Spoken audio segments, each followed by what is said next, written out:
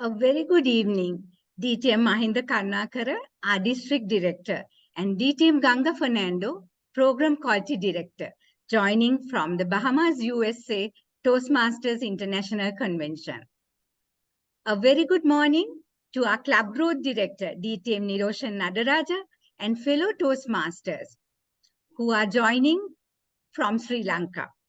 I'm Viruli De Silva, your MC this morning. Current Special Projects Co-Chair, PQD, 37th President of the Colombo Toastmasters Club, and past Administration Manager, District 82. An American writer, Edith Wharton, once said, "There are two ways of spreading light, to be the candle or the mirror that reflects it." As a Toastmaster, you have made a personal commitment, sacrificing your relaxing Sunday morning to share your expertise to empower others or to enhance your knowledge as a judge to fulfill a great obligation towards your fellow Toastmasters. The contestants expect fairness and impartiality and a truly professional performance by the judges. Your commitment and sacrifice today will ensure making the right decisions as a judge in the future to fulfill this great responsibility. Thank you for joining this lovely Sunday morning. Moving on to welcome you formally to this important program, I have the pleasure of inviting our District Director, DTM Mahinda Karunakara, joining us all the way from Bahamas. DTM Mahinda, our District Director, is a creative thinker, motivation and inspirational quotes collector. DTM Mahinda practices music therapy and laugh therapy. I have noticed he looks serious, but interestingly humorous at times. Please join me in welcoming DTM Mahinda Karunakara, our District Director. Over to you. Thank you, Virili. Good morning to all, but we are here. It's a good night, actually. We are behind you. I know that this is Sunday morning, but we are still in Saturday night. Anyway, thank you very much for all the members participate for this program. This is very crucial. This is very important program, judges training program, because judges are the person who send correct members to the correct position. Today, few hours before, we have selected that World Toastmasters selected one champion speaker. So I think it is the judge's duty.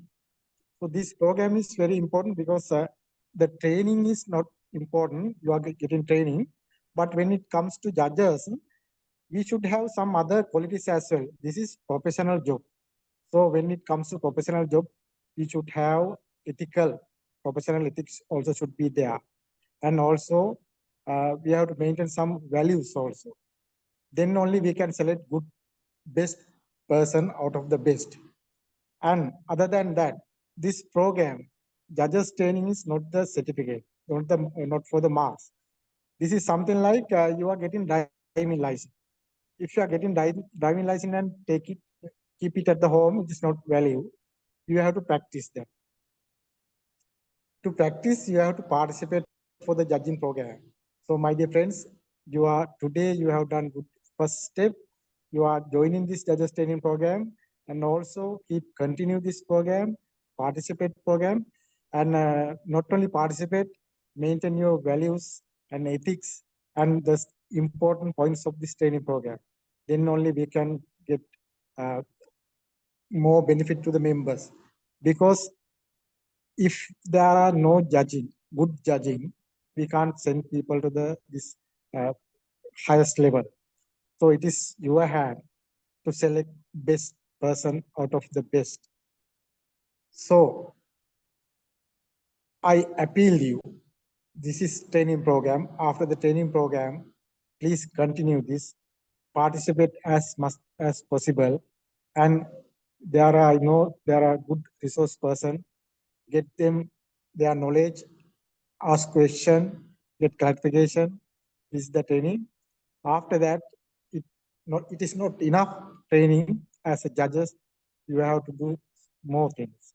Maintain your values, maintain your ethics. Then as a district, we can go forward. We can send proper person to the highest level. Thank you, PQD team, arrange this kind of program. This is indeed in most important program. So with that, I welcome you all participants for this lovely Sunday morning, and wish you all the best.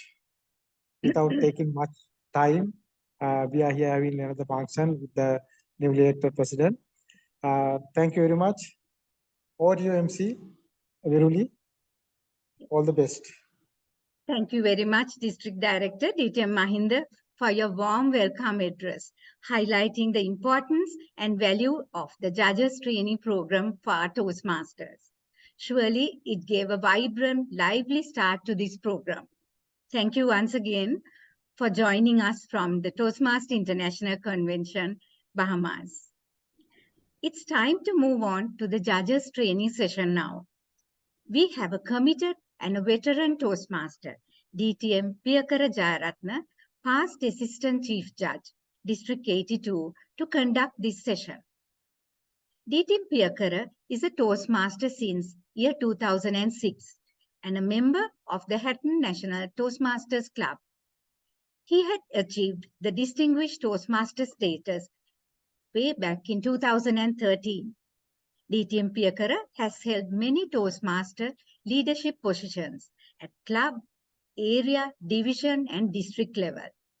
He is the current club retention chair under the Club Growth Directors team. He is currently employed as a senior manager employee banking at the Hatton National Bank PLC. Please join me in welcoming DTM Piyakara Jayaratna. Over to you, DTM Piyakara.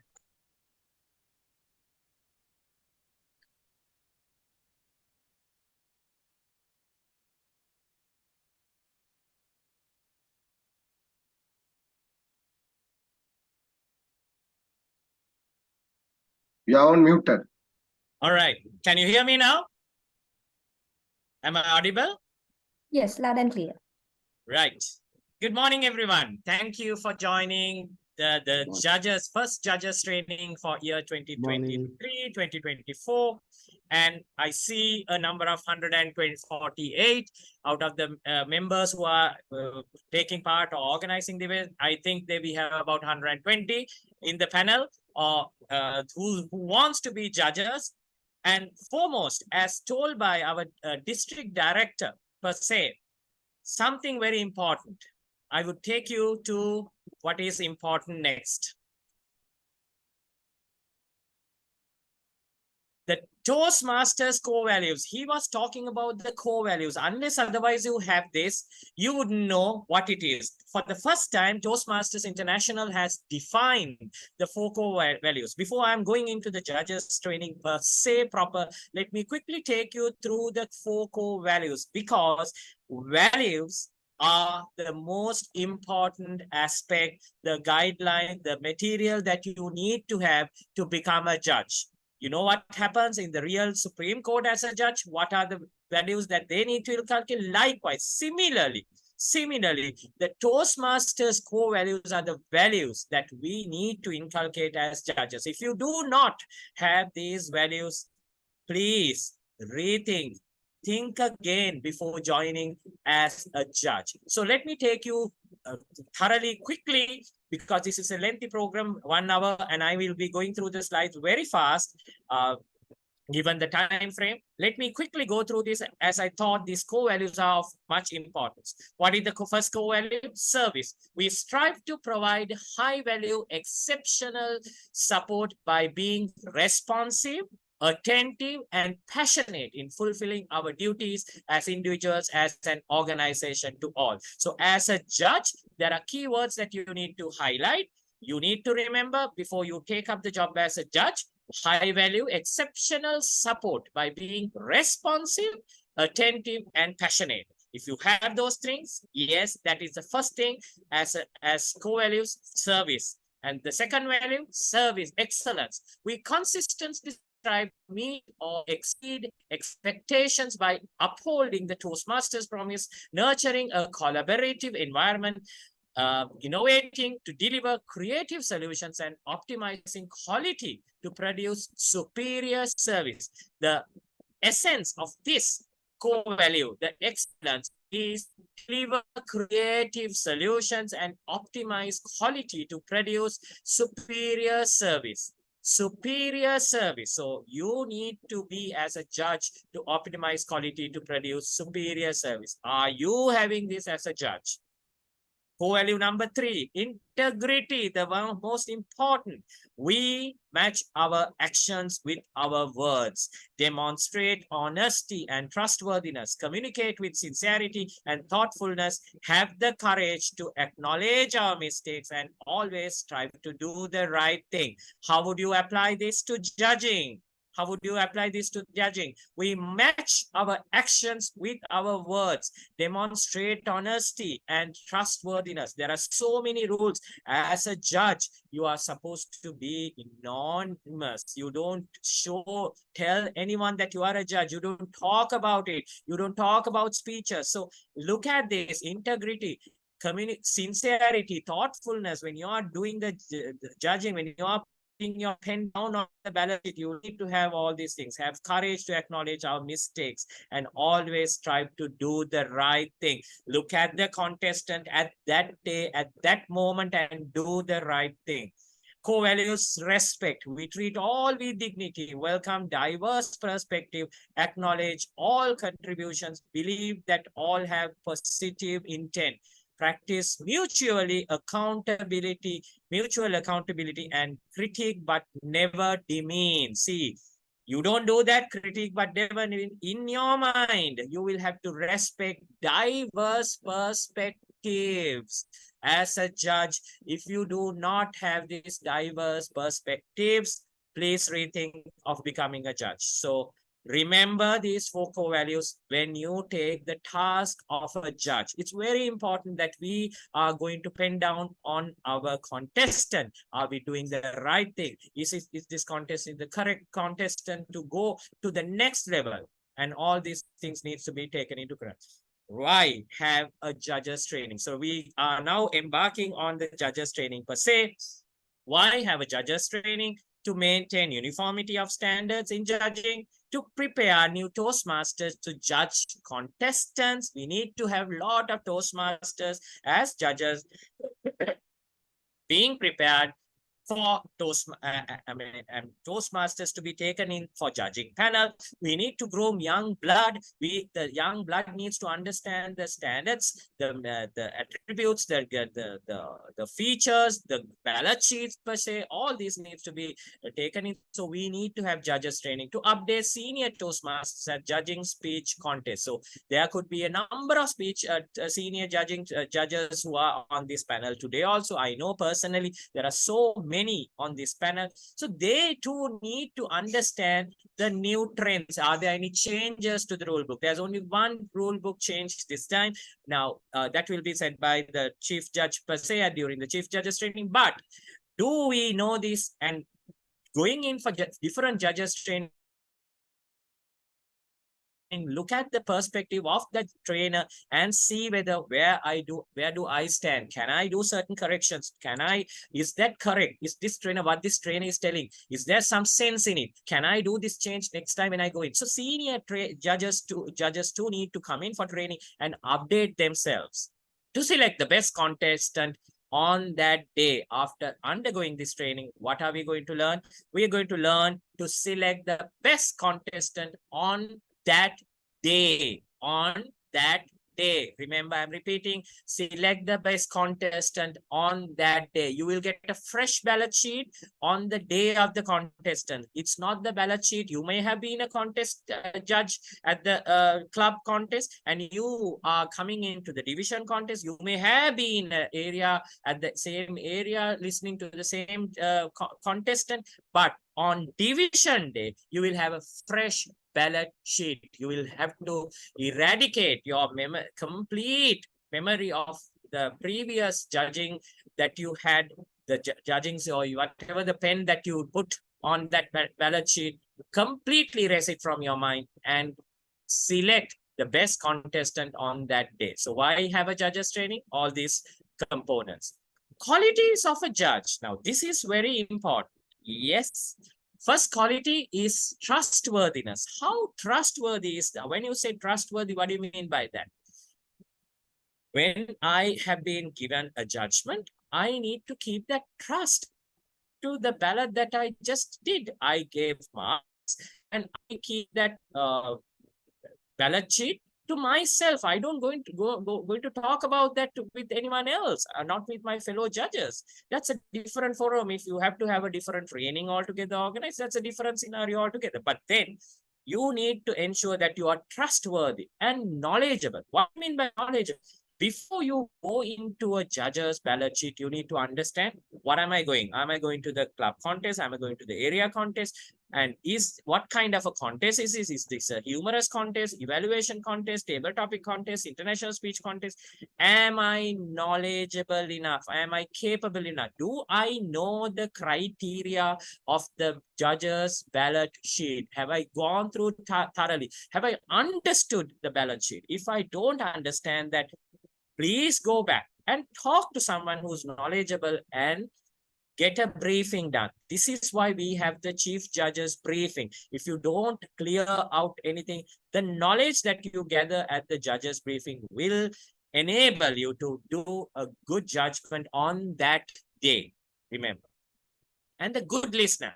I have seen, unfortunately, lot of judges do not pay attention while they are at the contest. When the speaker's name is announced for the first time, you need to ensure that you start listening attentively, no matter how your phone rings, put the phone on, even on, not on vibration mode, on silent mode as a judge. You cannot have any distraction whatsoever. You might miss the most important element of that speaker if you are not a good listener. So listen. And analytical quality. When you have the ballot sheet, what are the analytical aspects that you need to go through? Is this speaker better on this? Is this speaker better on this? You analyze that particular speaker on the judging criteria that you have. For that, you have to be knowledgeable. You need to have a proper understanding of your ballot sheet. So remember, my dear friends, you analyze the judge. Analyzing us is not a different aspect. I will go into that on the other screens. Analyzing the criteria is what is we are talking about. Analyzing the criteria. Judges, there are different judges criteria. You get for voice, you get for stage movement, you get for content. You analyze. This analytical quality is important when a speaker finishes his speech and when you start tabulating or putting your pen down to give marks to every area of importance. And whether you are accurate. Your accuracy is very important. When you first accuracy would be calculating. If you do not have a calculator, if you do not have a method of fast calculation, use a calculator and make sure that you accurately tabulate the total marks, because if you have missed, you would have missed very important part of the marking scheme as well. And you need to be accurate. Is this the structure? What is the structure? What is the structure of a speech? What is the delivery of a speech? What is the audience response of the speech? You need to have a proper understanding through knowledge, the accuracy of what you are doing. So you need to be accurate. You need to listen to the speaker. You need to see the message of the speaker. You are listening to that speaker only. So all this accuracy needs to be put in if you are doing a proper job with regard to being a quality, improving a quality of that. So we know that you need to be a trustworthy judge. You need to have a knowledge. You be a knowledgeable judge, good listener, analytical skills, and be accurate and fair and unbiased. Fair and unbiased. So you remove all what you have in your head of that speaker, and sit as a judge to judge that contestant on that day. fair and unbiased. If you have all these top part, trustworthy, knowledgeable, good listener, analytical skill, and accurate, if you are not fair and unbiased, you are not a good judge. If you do not have this 1, 2, 3, 4, 5, 6 qualities in you, when you accept a judge to be a judge, please don't be a judge. You need to improve all these things if you really want to be a judge. Why am I saying this? If you have these elements, if you have these characteristics, if you have these qualities in you, you will do justice to your contestant. As a judge, why you come here is to ensure the quality, the contestant is selected, the correct contestant is selected. When you have top-notch clients or eloquent clients, eloquent contestants on a platform, equally good, how will you derive or how will you select the winner? These 6 components are of importance. The last but not the least, being fair and unbiased is what the most important factor. So evaluation versus judging. As an evaluator, when you take up the responsibility of the judge as an evaluator, what do you mean by what an evaluator? You appraise the speech, you measure presentations against purpose, you offer suggestions for improvement, and these are the evaluator's roles. You appraise the speech. Now think of a speech being given for you at the club meeting, and you have been asked to be the evaluator. You will appraise the speech. You measure presentations against the purpose, the objective, speech objective. That is what you will do as an evaluator. Offer suggestions for improvement. Now, these things will not be there when you are a judge. You have to send them off. You have to take them out of you are not an evaluator. Remove the evaluator's hat when you are a judge. You are not going to evaluate that speech. You are only going to go by the judge's criteria. As against a judge, what do you have to do? You do not give feedback. You do not give feedback to your next door judge or next door person. Maybe you have a judge seated just next to you, a good friend that you always want to sit next to, or maybe that judge is there with you. You don't give feedback after the speech is finished. You don't do that. And you don't give feedback at the end of the speech to the contestant. You do not do that as a judge. That is not your role. You do not give feedback. Your decision is confidential and final. Your decision is to you only. You have marked your ballot sheet. Once it's done, the results announced. First thing that you need to do is to destroy the ballot sheet. If you have to really understand where the results have come, where have I gone wrong, go home, sit attentively and decide why have all of the judges selected the best 3 that I selected is not within the first 3. Why I have done that is self-analysis, self-analyzing to understand, am I correct or am I not correct? Sometimes you might think, oh, this judgment is wrong. It all depends on the panel also. So it is the responsibility of the chief judge. Let the chief judge talk about that. But as per you, your decision, if you think there had been some areas that you have overlooked, go back. Think of that person, think of that speaker. Have the speaker as against the winners had these elements. Then only you will see where you have gone wrong or whether you are correct, whether the other judges have gone wrong, and you can maybe bring that into a different forum afterwards. It all depends on the chief judge again, and discuss these things on a different forum altogether as the results are announced along with your judge panel only. That is a different decision. It all depends on the decision of the chief judge whether to call for such activity or not. You stay anonymous. You stay anonymous. So when you come in for specially division contest, you will know that most of the judges are welcome free, and then you are supposed to go into a room. When you come in, most of the most who are at the reception would say, you are in the panel, are you a judge? you just don't have to say anything. You just go to the room that the division governor called you, or division contest chief judge called you, wanted you to come into. So you just say, stay anonymous as much as possible.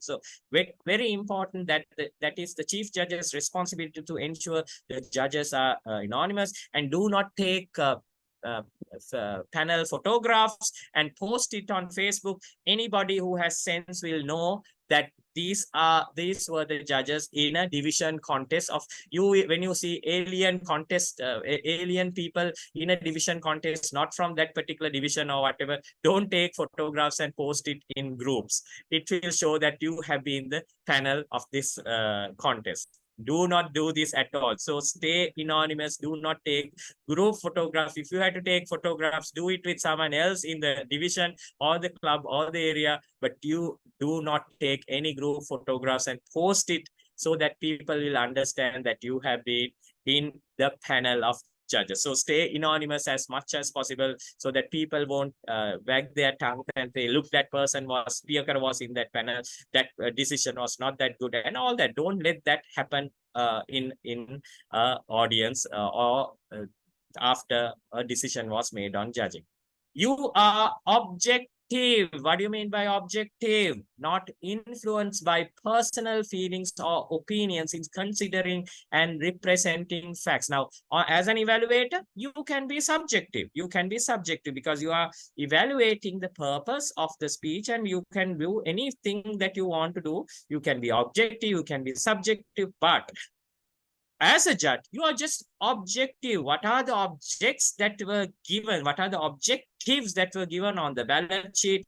You go by those objectives only, nothing else. You are objectives, go by the objectives. Be objective, not influenced by personal feelings or opinions in considering representing facts. So you need to understand what are the guidelines given on the ballot sheet. You go by each and every component. I suppose those who are here as trainers, those who are going to be judges, if you are joining just midway, let me reiterate the fact that if you are taking up any judge's role, you need to understand what the ballot sheet is all about. If you do not understand, if you do not have the 6 qualities of a judge, please do not accept a judge's role. You are not doing justice to the contest. I'm very bold in telling this, You need to be capable enough to understand that I am an important person in another person's life. Who's that other person? The contestant. If you are not understanding that fact of how important you need to be in that person's life and make the correct decision, that will hamper that person who the contestant's winning opportunity. So be very knowledgeable and understand the ballot sheet and understand the qualities of a good judge.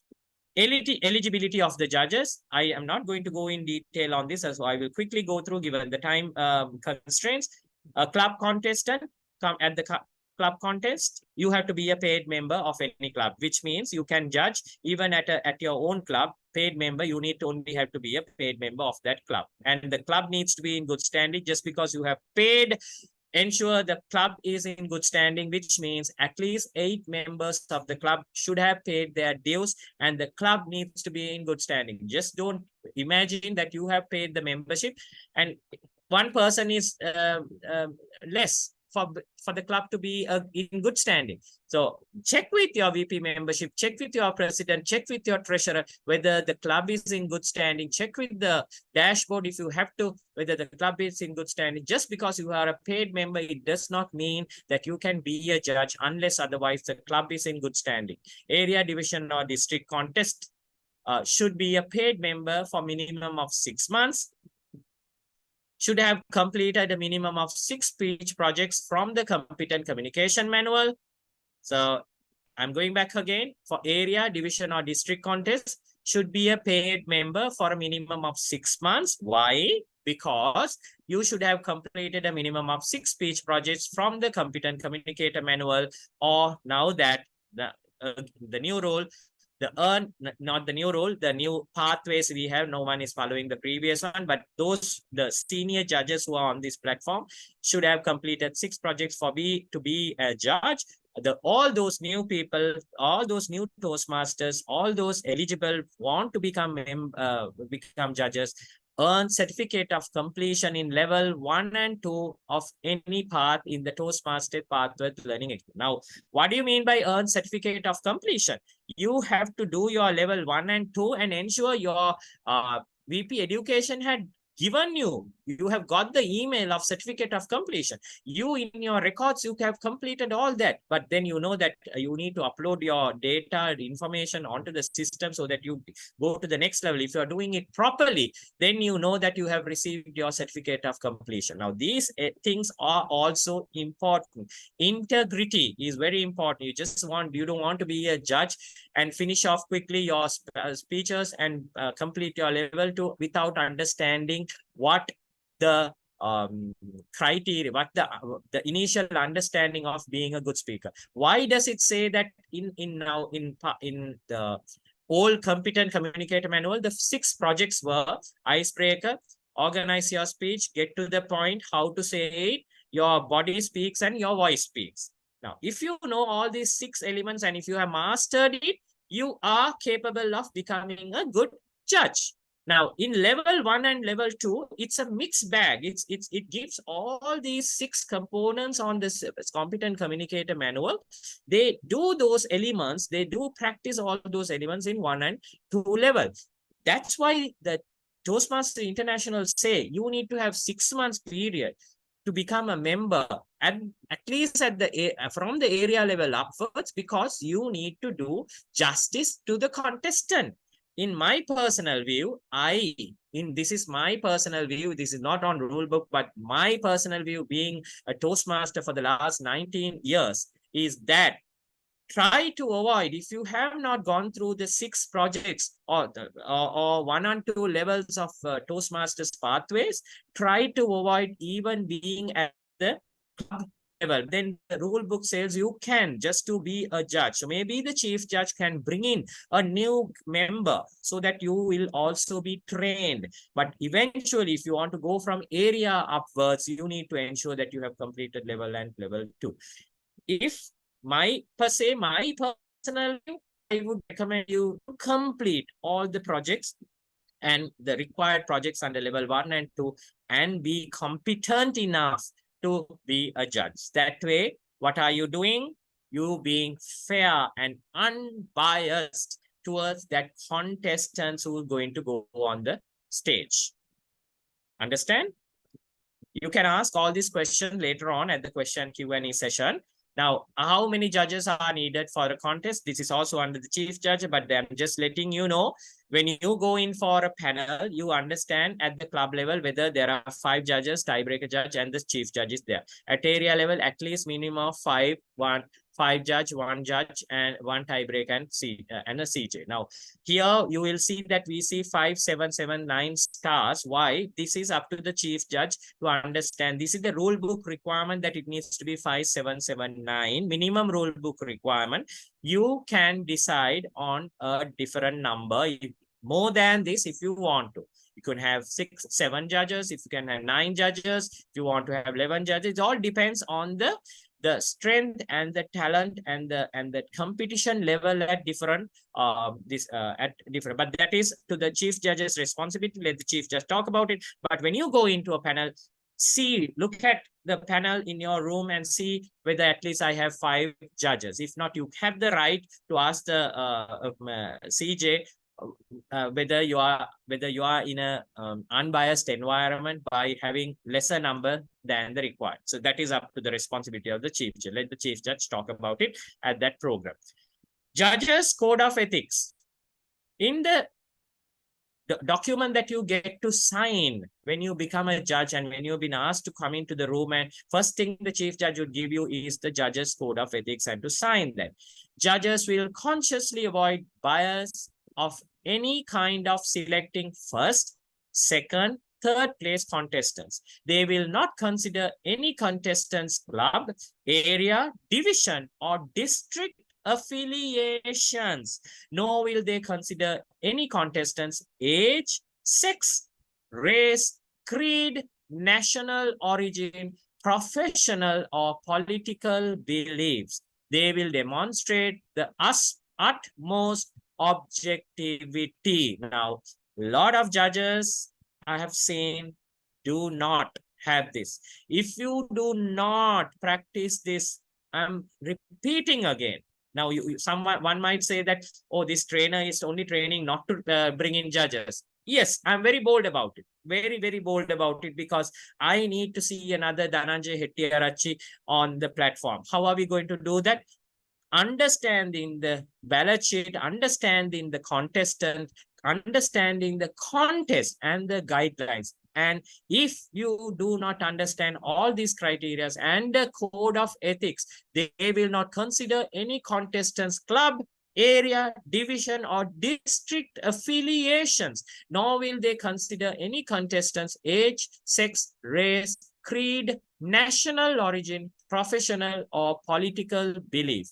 They will demonstrate the utmost objectivity. What do you mean by the utmost objectivity? That is going by the ballot sheet.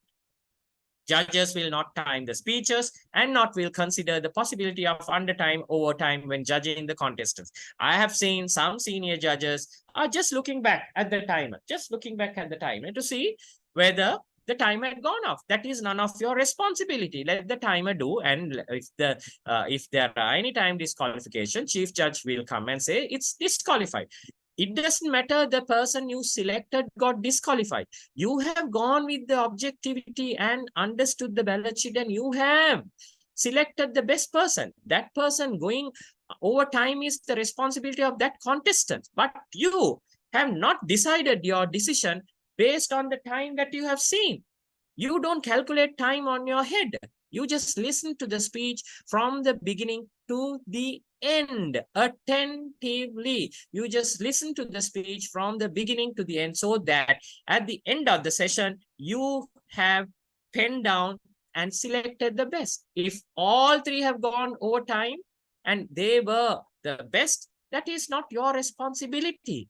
That is not your responsibility is to select the person best at that particular contest, and not to see the time and see whether that time has, and just because you see the red card and it, according to you, he has exceeded 30 seconds. No, this person will not have a chance. Let me give the other person. That is none of your business. Don't look at the time at all. So, judges, if you're in my panel, if I've been invited to be the chief judge, next time, if you're in my panel, ensure that you do not, please look at the time behind and make your decision on objective facts only. Judges will support by word and deed, contest rules and judging standards, refrain from public criticism and of the contestants and revealing scores and ranking. This also I have seen in ample. So try not to do this. Do not criticize in public. That is not your responsibility. You just judge, did justice to that particular contest, and you push off. Subjective versus objective. Contestants face a subjective judgment based on objective criteria. The subjective judgment relies on assumptions, beliefs, opinions, and influenced by emotions and personal feelings. What do you mean by this? If you go by the contest guidelines and think of your personal things, personal beliefs, and then you put your pen down, you are giving a subjective judgment. So don't be subjective. You just go by this contestant, the speech structure. It has a clear opening, clear body, and a clear conclusion. You don't have to go by the feeling. Oh, doesn't matter. It doesn't have to have a 2 points, 3 points. It has to. Somebody might say it has to have 2 points in the. He didn't have more than 2. He had no more than 3 points. He had less than 2 points. You are becoming emotional. You get out of your framework of thinking.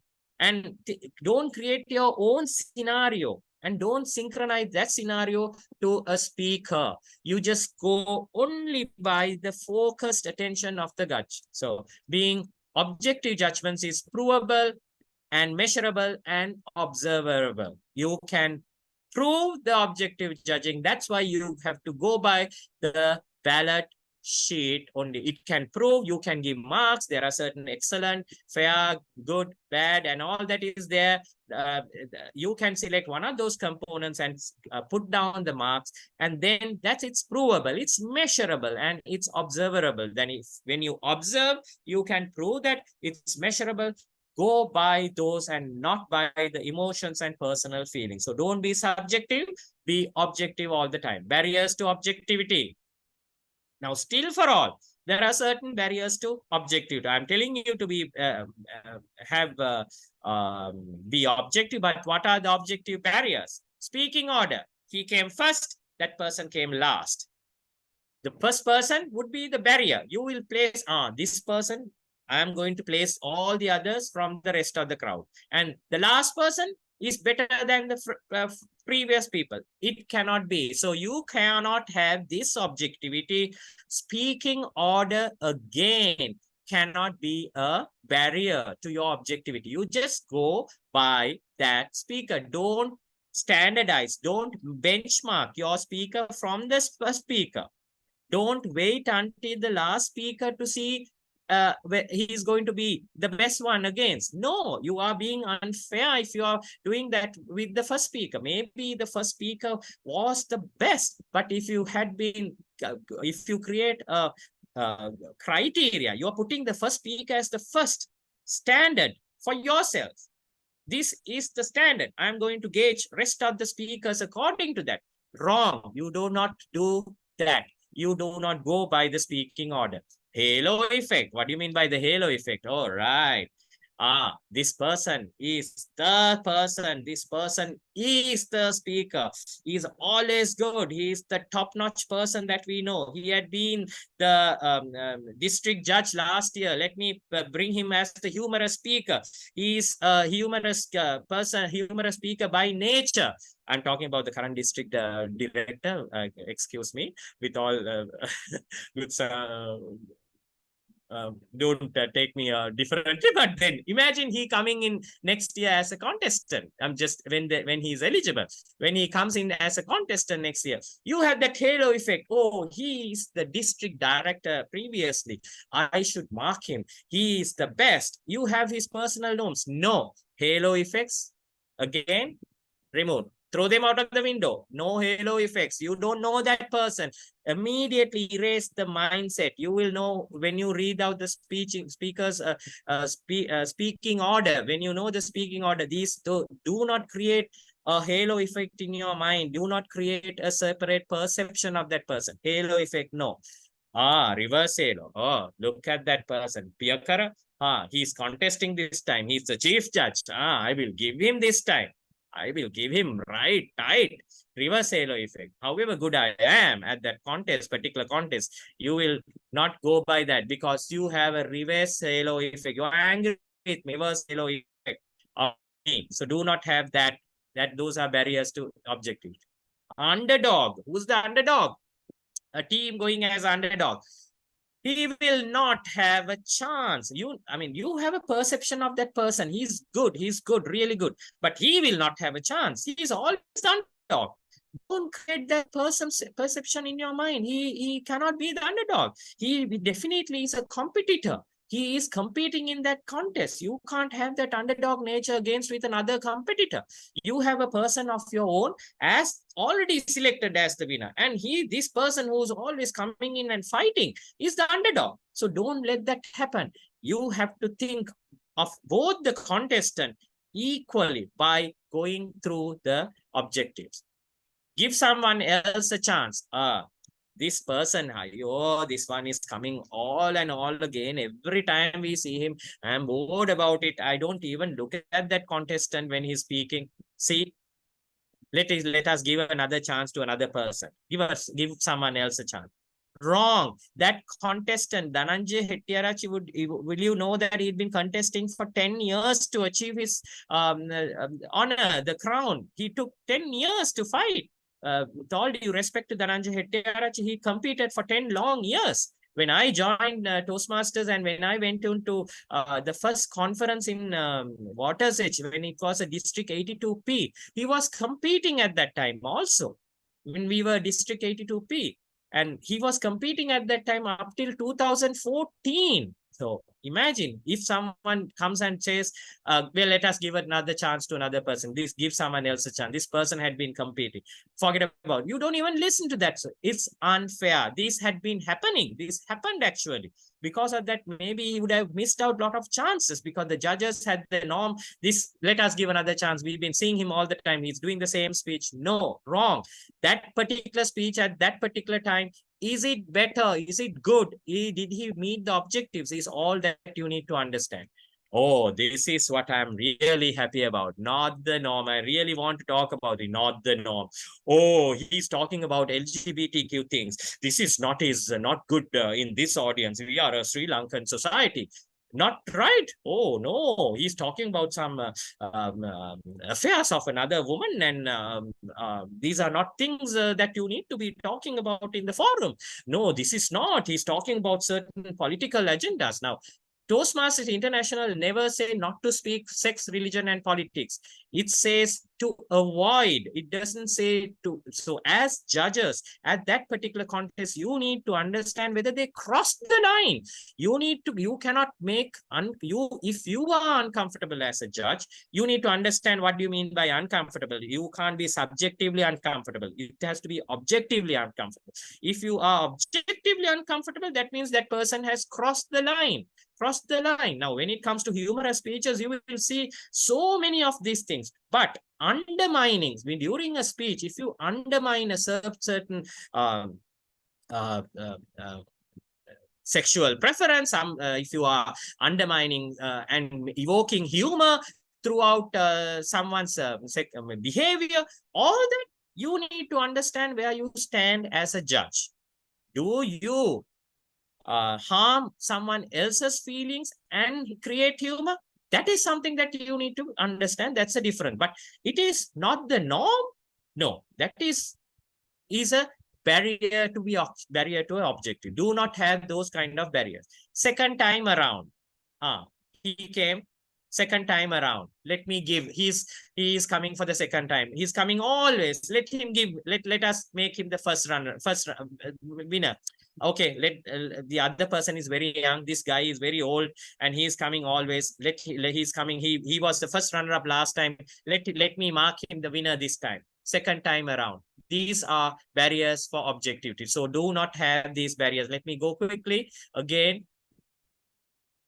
Speaking order, halo effect, reverse halo effect, underdog. Give someone else a chance. Not the norm. Second time around. I hope you understood all what I told you about this. These are barriers for your judging. And speaker prejudice, another component, speaker prejudice. That speaker, I hate that speaker. That speaker had done something to me. I went to IESL. I went to this engineer. I want to get the electricity thing done. He did not help me. I'm just quoting some names. He did not help me with getting my electricity. I hate that person. And you see that person coming in for a contest, and you are against. It's not the reverse halo effect, but this is a different. You hate that person. You don't like him. So speaker prejudice, that person, in my opinion, is friendly with everybody. So you have come to a certain prejudice thinking about that person is not good in his character. That is none of your business. That is that person's business. Recently, a contestant came and told me, just because I hang out with this person, there had been a person in the Toastmasters fraternity who had written to my club saying that this particular lady had been mingling with the other individual way too much. Why is that? That is none of your business. That is their personal preference. As long as it happens, it is not your prejudice, speaker prejudice. Don't create this speaker prejudice when you come in as a judge. So eradicate that. and subject prejudice. All this is when you bring in a subject, how important that subject is. I can still remember in 2004, if I'm not mistaken, or fifth, Diane, a contestant by the name of Diane, a senior Toastmaster. The speech title was "My Brother is a Sister." The speech title was "My Brother is a Sister." He was talking about a speech of gender transformation of a certain person. So it was subject prejudice. I mean, if you had gone into that subject material and you have created your own prejudices, why is he talking about it? Why is it? You didn't have any other thing to talk about? No, it is not so. He is trying to give a message across to the audience. So if you think that that person has not crossed the line and created enormous impact, enormous message to the audience, that is what is important. So unfamiliar with the judging form, if you don't know how important the judging form is, then you are not knowledgeable enough and you're not giving an objective judgment. So please understand, familiarize yourself with the judging form. Now you're coming in for humorous and humorous contest. This is the ballot sheet. If none of you have seen the ballot sheet, those who are newcomers who are going to be judges, look at the ballot sheet. I will go from one by one to inform you what it is. This is your ballot sheet. You can decide whether you are going to write your contestant's name from number. You can create from the right corner to the left corner so that you can fold the paper. It is up to you. All that you need to understand is this is the humorous sheet, ballot sheet. It has so many elements. Let me go into the components. Now, the first component, there are three components. If you see, content 55, delivery 30, and language 15. So let us look at the content part of it. Content has speech development 15 marks. If this is the maximum marks that you can give, effectiveness 10 marks, speech value 15 marks, and audience responses 15 marks. Look at the speech development, 15 marks. Speech development is the way the speaker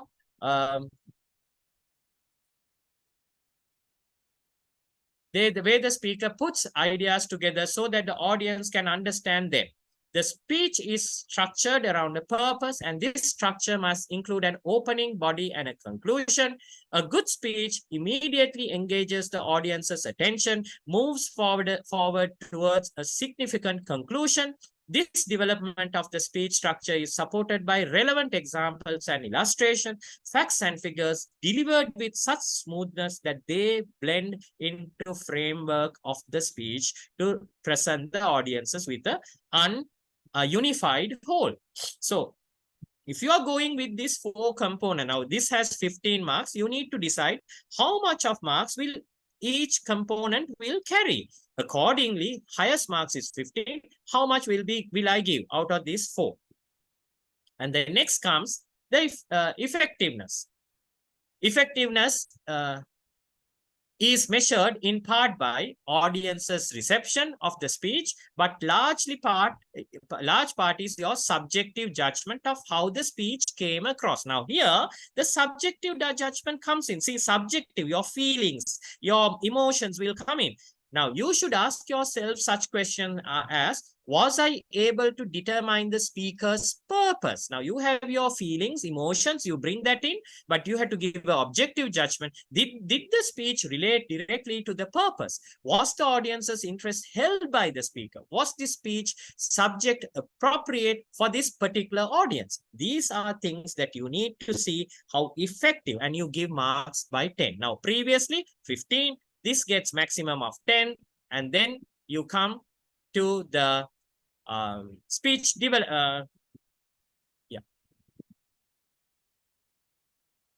Speech value. Speech value justifies the act of speaking. The speaker has a responsibility to say something meaningful and original to the audience, meaningful and original. The listener should feel the speaker has made a contribution to their thinking. The idea should be important ones, although this does not preclude a humor presentation of them. The idea should be important one, although this does not preclude a humorous presentation of them. So it has to be entertaining. Speech value may be of, it shouldn't be of humor right throughout, but it has a very strong um, meaning in it. So it does not, every humor that you say does not have to, you don't have to laugh out of every humor, but it can create entertainment. You have enjoyed it. It doesn't create a lot of pressure in your mind once you have listened to the speech. You are entertained. So speech, look at the speech, it gets another 15 marks. And then audience response. This also gets 15 marks. Audience response reflects audience's reaction to the speech. Did the speech hold the audience's interest? Did the people understand, laugh at the, and did they laugh? Now, this gets again 15 marks. Be mindful of choreographed laughter. I know some audiences, some clubs are vigilant. They not only help the contestant, they get together, they rally around with the speaker, and they help by way of even sitting closer to the judges and making remarks behind the judges. They know who the judges are. They will identify who the judges are by their behavior. So they go and quietly sit. Maybe the judge has carried a file. They will identify. Now, these are mastermind choreographed teams. I have personally seen these teams even recently at the district semifinals. I have seen members sitting behind the judges and giving quotes. Oh, that was speech, superb. I love that speech. Oh, he is here. And for places where you don't have to laugh, they're laughing, giggling out, and the judges are wondering, what? Where did this laughter come out? But then you get carried away with choreographed laughter. Don't get carried away with choreography. So audience response gets 15 marks. Make sure that you do not get carried away. You yourself need to laugh. Just because your next door judge or the person next to you was laughing, did it make you, did it humor you? Did you laugh out of it? That is important. So the next part is 30 marks. You get physical, voice, and manner. Physical presentation of a speech carries part of the responsibility for effective communication. When you come in, how effectively that particular person's physical appearance, the physical presentation was there, you get 10 marks for it. The speaker's appearance should reinforce the speech with a profound, sad, humorous, or instructional. So every face reaction, physical reaction, you need to, that's why I tell you as a judge, these are marking criteria. Say these have 4 components. Now see, in this physical, you have 4 components. So you say, imagine you are going to give 2 marks each for these. Will you give, you have to decide where are you going to give the marks for. Physical appearance, yes, I will give 2 marks. The speaker's appearance should reinforce, no, he did not have facial expression, so I will not give any marks for that. 2 out. So body language should support points through gestures, expressions, and body positioning. No, he did not have, he had a little, he did not have, so let me give 1 mark to that. The speaker speaker makes effective use of and stays within the designated speaking area. So he did not go beyond the speaking area. He was within the speaking. He gets full marks 2.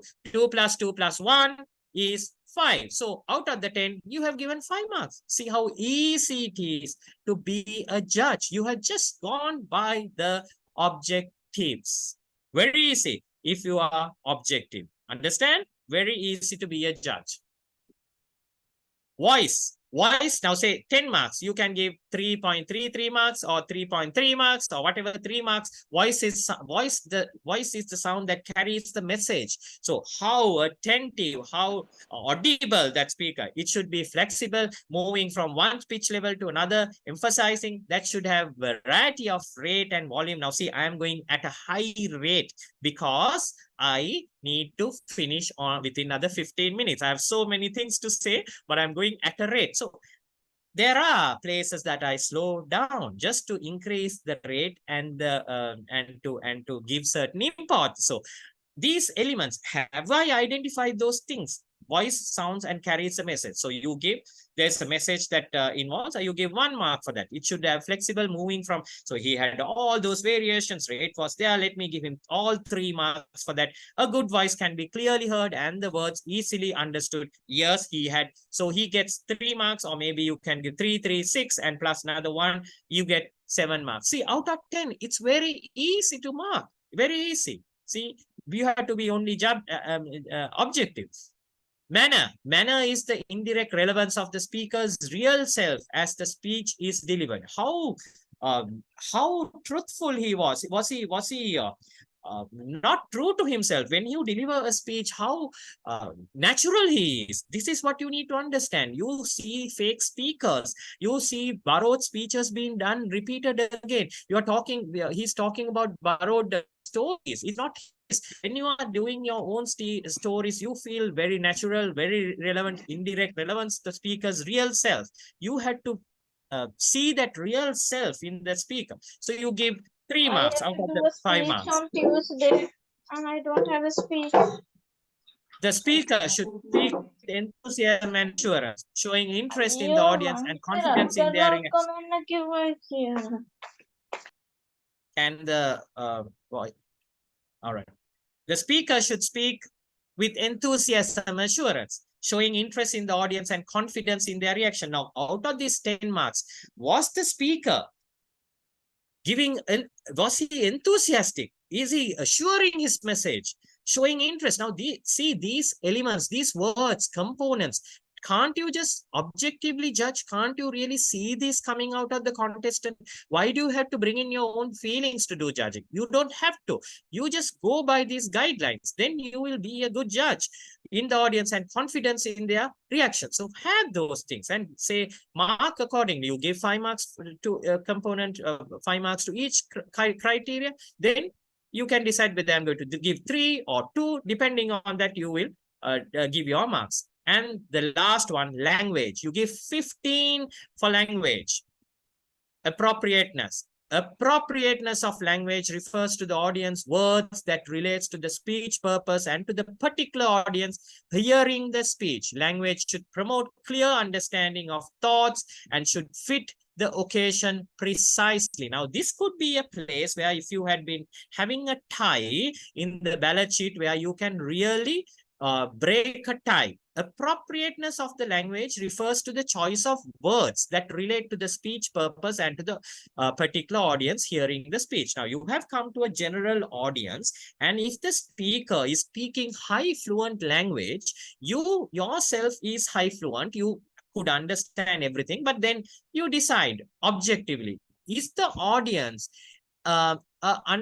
is capable of understanding. You see a young set of contest, young set of audience in this particular contest. You look at them, or you have a thought as to what kind of an audience. Now, as a judge, you are supposed to look at the audience and understand them also. It is one important requirement that you need to have as a judge, so that you understand this particular part wherever it says audience.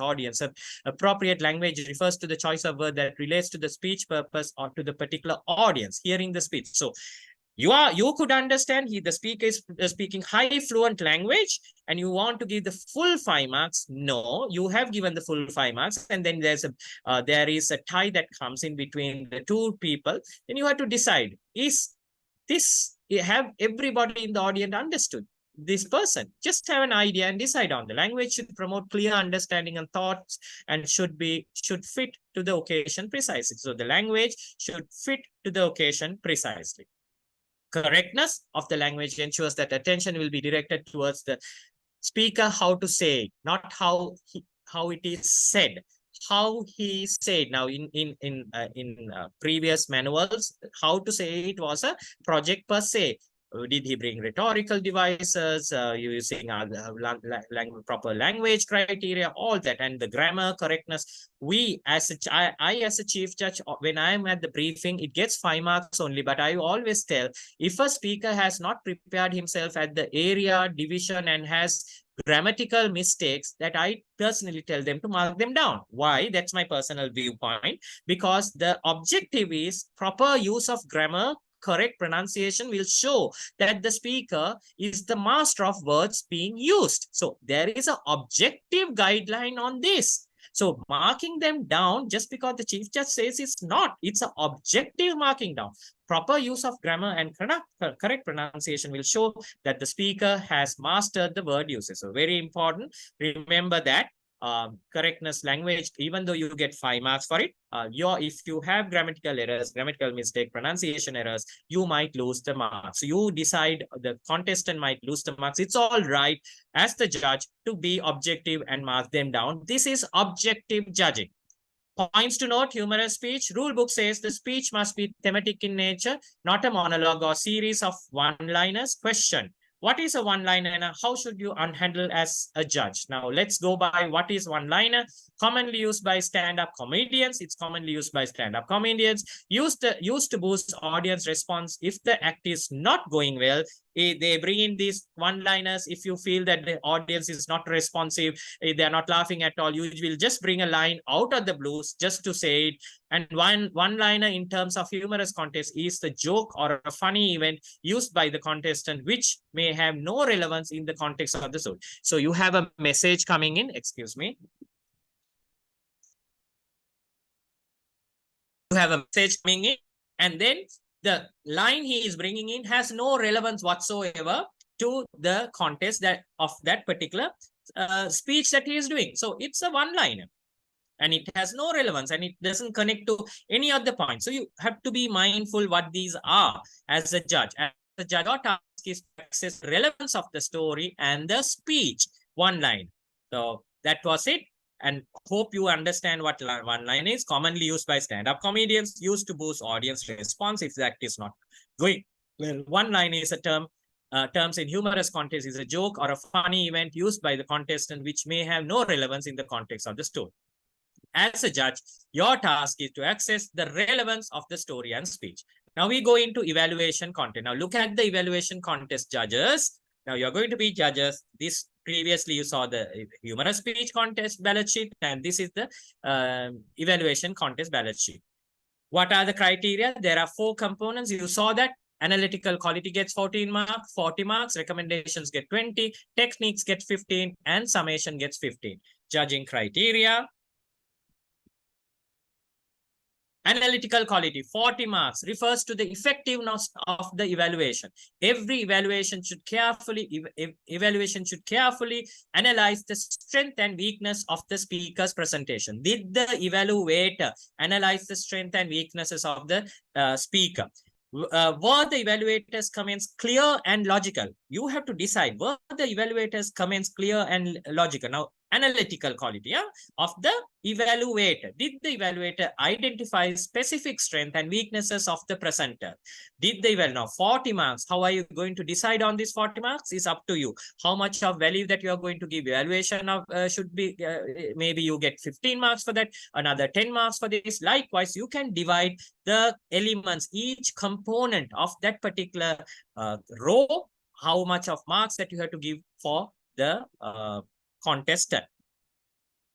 Recommendations are area an important part of an evaluation. An evaluator not only points out the strength and weaknesses of the speaker, he also offers specific recommendations for improvement. Now you need to give, you can't be telling that you can improve on voice.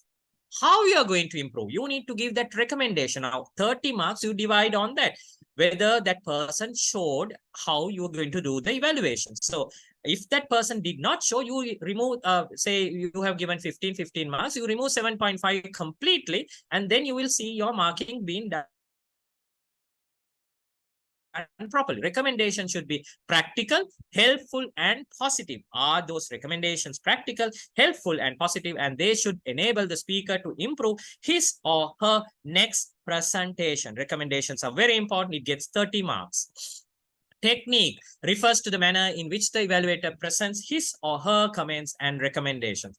An evaluator should be sensitive to the feelings and needs of the speaker, yet inspire and encourage the speaker in his or her future speaking efforts. So if you are the speaker, how did the evaluator sensitively give that recommendation? Did you get hurt?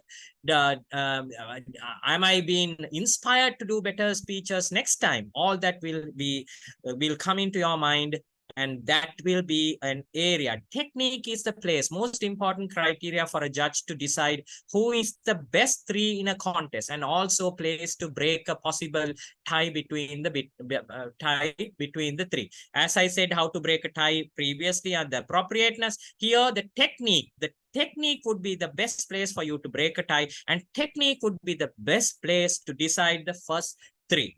In my opinion, you can evaluate, you can go through these objective guidelines and decide on your own. But with practice, I have seen this is the best place that you can decide the best three people, best three contestants, and educate your contestants also on that.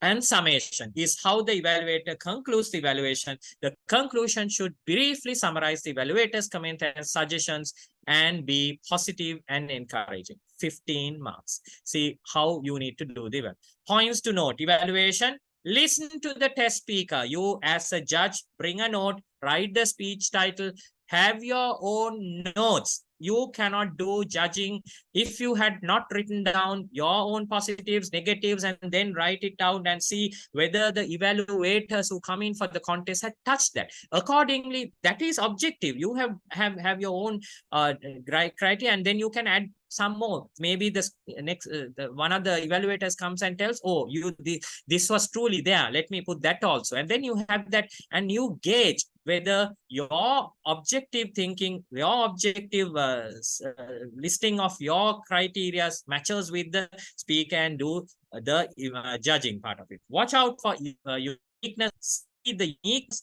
Watch out for contestants giving their own speech. Now, in evaluation and table topic contests, you see this in ample. They pre-prepare a speech and an evaluation, and they come in and bring in the parts of evaluations that and you need to understand whether the speaker, the evaluator is doing a speech or real life evaluation for that contestant per that say. This will only come through judging over and over again. If you keep on judging only, you will understand, oh, this is a already prepared speech. So watch out for contestants giving their own speech. They have prepared a speech previously, and watch out for that. The ranking, take notes, score later. Take notes, score later. Don't put your face down. Just take notes. If you can, just take notes in front of your this thing at every given point. And absolute scoring, you can put the absolute score. I told the relative score, you can break down every component and then give relative scores. Pluses and minus, you can put pluses. In one of the areas, you can put this speaker was not good, you put minuses, you put number of pluses, you put number of minuses. Likewise, you on the ballot sheet, you can have your own way of scoring, so that at the end, when you get 2 minutes silence, 1 minute silence for the judges to mark their ballots, you go by those small notes and put your ballots, put your points accordingly. Not or you listen attentively in your mind, you only objectively. That will come only through practice. That is for the seasoned judges. If you're not seasoned enough, start putting down small notes, but ensure that when you put down your notes, those are not lengthy notes, a small note, or maybe you could put pluses, minuses at the ballot sheet, on the ballot sheet itself, so that you will understand this speaker was weak in this area, this speaker was better in this area. You will add 2 pluses, so this speaker was really good in there. So you can have your own criteria of thing, and you can, as I said, you can have the ballot sheet folded accordingly, so that you mark from right to left. Once you have marked them, mark the first speaker, you write the first speaker on the 10th speech on the ballot sheet. When you get the ballot sheet, you will see 1, 2, 3, 4, 5, 6, 7, 8, 9, 10 contestants can come into each ballot sheet, and you have the 10th person there, and then you mark that person as the first person, and then you fold it so that that particular rating is not influenced. That does not influence the second person's marking scheme. So likewise, every speaker speak, you fold it, and then you will not be you will not get carried away. You will not be deceived by the previous person speaking, marking, so that you will do good judgment. This is the ballot sheet. As judges, once you get the ballot sheet, first and foremost thing is judge's name. Please print in block letters, Piyakara Jayaratne in block letters, and sign. First thing that you need to do is to sign this, tear it off and keep it in your pocket.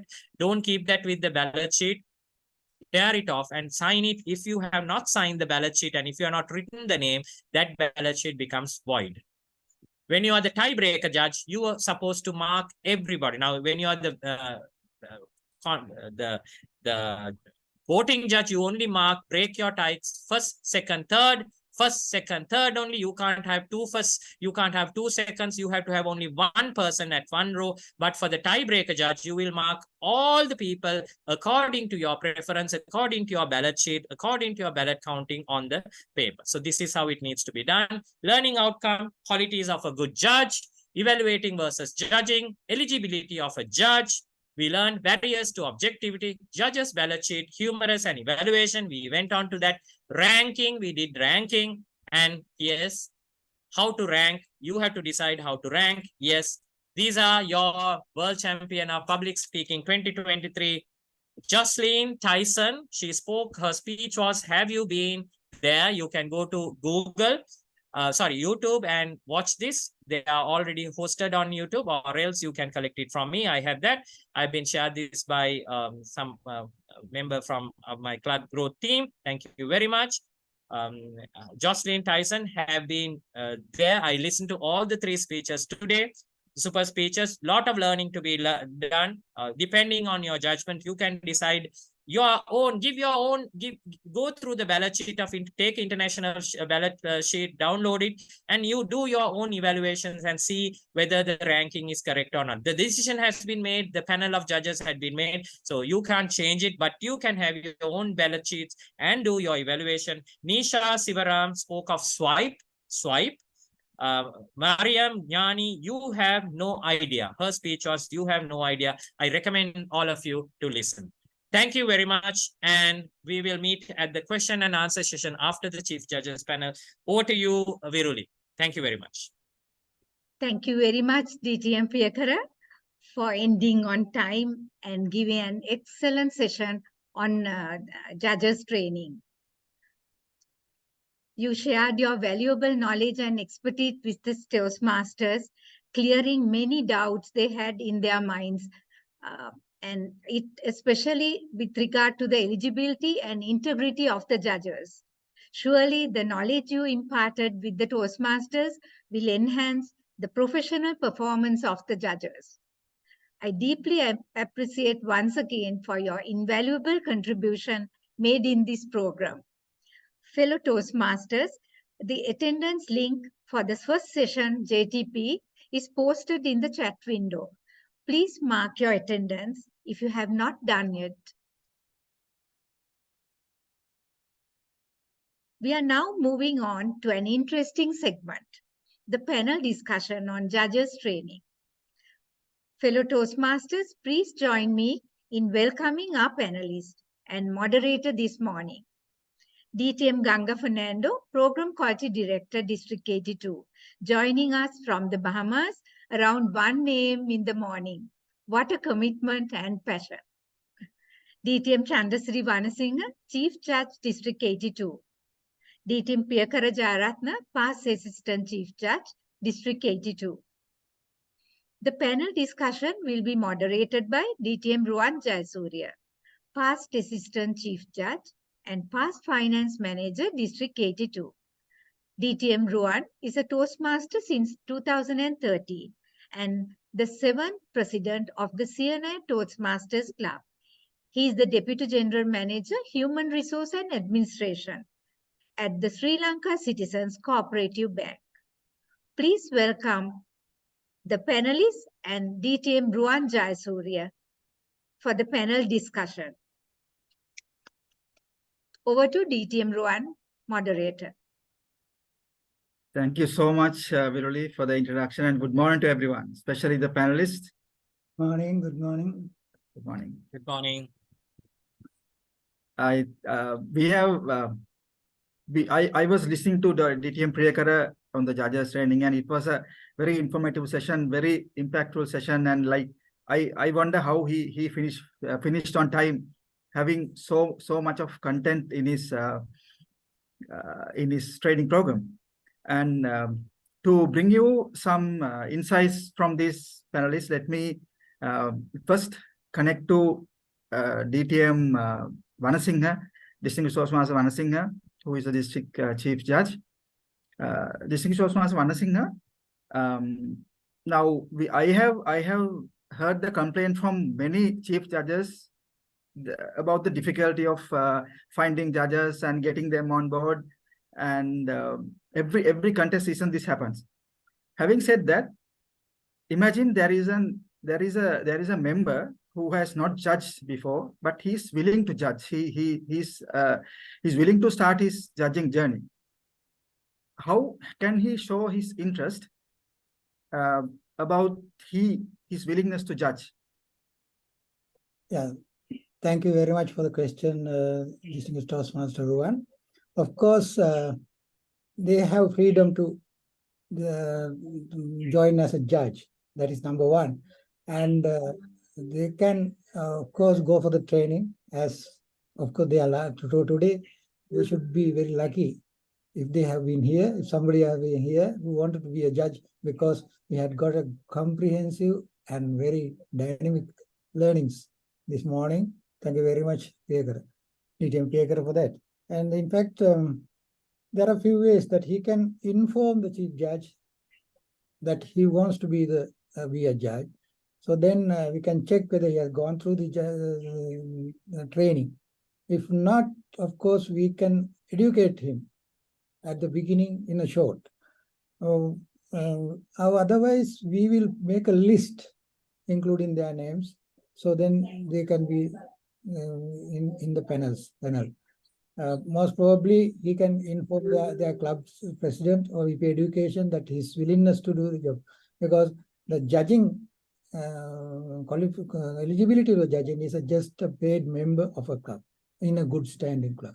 So there's no hard and fast rule that he cannot judge in a contest. But he should have a thorough knowledge on judging, either self-studied or either must have gone through a training.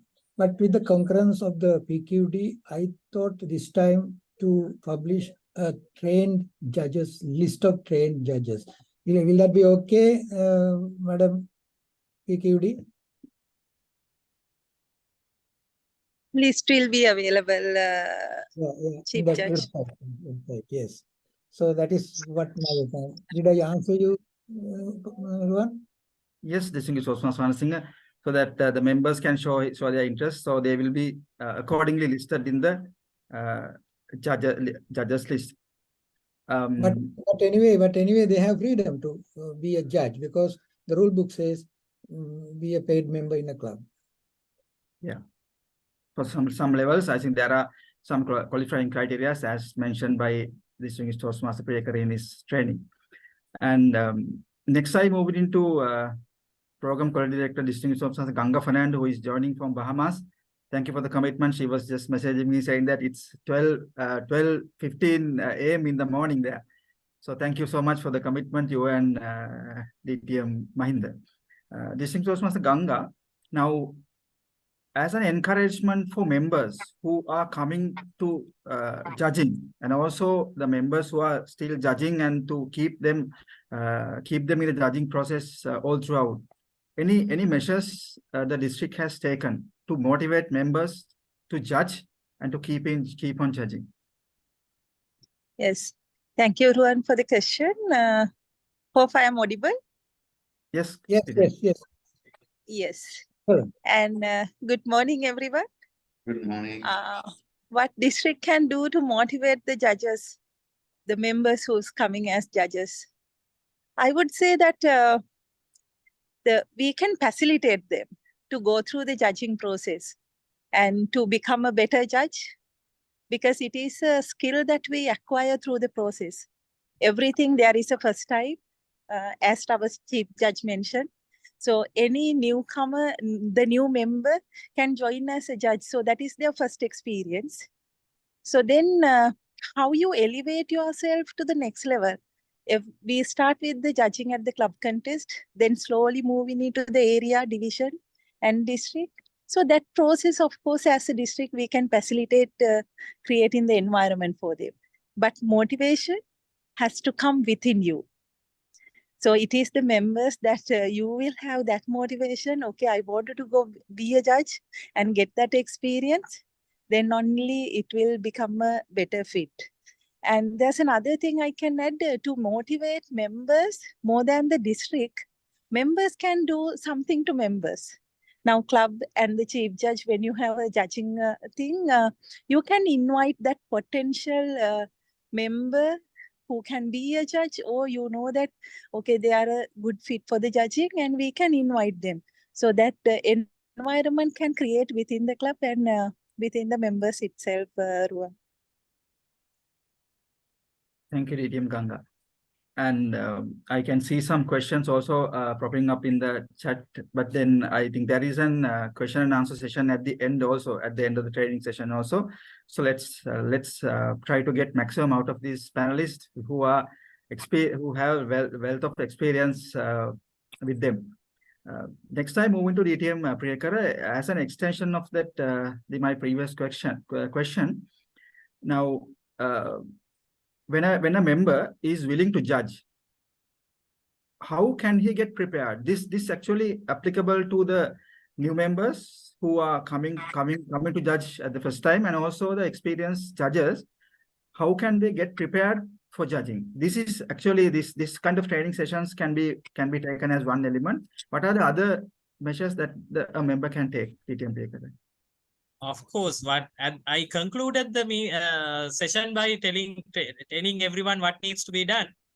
Go to YouTube and find all the speakers and download couple of judging criterias. Have your own laptop, or have the criteria created on an Excel, and keep judging. And then when you keep on listening to speakers, do your judgment. It does not mean that the world champion is someone X and Y, Z.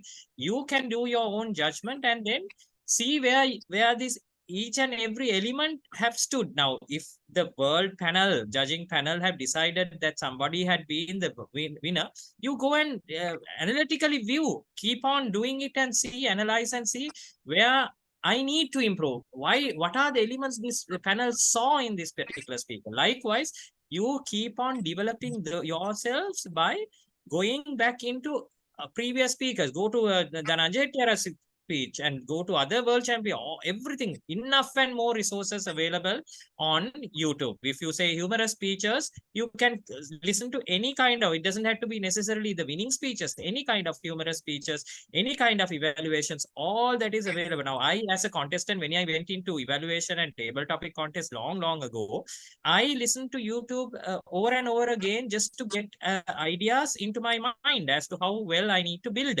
my structure, and what are the elements that will capture the judges' audience as well as the audience's attention. So similarly, you need to understand what are the criteria as against objective criteria, not your feelings. Keep your feelings far back, and objective criteria as against the ballot sheet, and listen to as many speeches as possible on YouTube. Contest, a Toastmaster contest. Thank you, And, yes, Ruan, I would like to add the one more thing to what DTM Pekar mentioned. He mentioned it during his training also, but let me mention it again. When we are doing the judging, maybe a new one, the newcomer or the experienced judge, always I do one thing, go through the judging criteria. So because that will be the main point where you can define your scope, even for a novice judge. The other one is, as a judge, we can make the feeling, okay, how well I have been doing the judging by looking at the contest results. We say first, second, third, and say that I have marked someone else. Then the person I mark, it's not nowhere in the first, second, third. So then that is something for us to reflect back and see, okay, what we need to correct, and take some measurements, and then again have some discussions with the experienced judges, and that way we can the members can improve their perspectives on judging as well. Thank you for adding your thoughts, Ganga. And DTM Ganga, again, coming back to you, what are the other programs that the district has organized to increase the quality of judging? Because now we can see every time we need to increase the quality of judging, because the contestants are now coming up with different techniques and to improve in their speeches. So judges also in turn has to be on their toes to get the knowledge every time. What are the upcoming programs organized by the district to improve the quality of judging? Okay, again, thank you, Ruan, for the question. And when you ask the quality of judging, what came to my mind is today that we witnessed the world champion public speaking. So I was thinking to myself, if they were not properly marked during the division, district, or some other level of the competition, these candidates would not have been here. So judging is very serious thing, because it ultimately decide the say that the speaker going into the world champion stage. So quality we cannot compromise. Then what, as I said earlier also, Ruan, what we really can do is create that platform.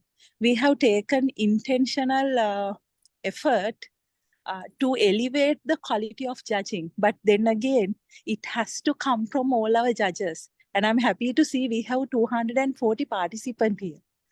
So that is, they are the one who really wanted to give the support, give the shoulder to improve the quality of judging. And now this is, we organize this on Zoom. So now we have the club contest going on, and then the area, division, and the district. So we have different plans to take up the judging conversation into a different level. And then again to see that how we can benchmark and how we can uplift the quality of these things. And we recently concluded the emergence program, and the couple with the judges training, again DTM Piyakara did the session. So we could achieve the two objectives. One is the judges were also there.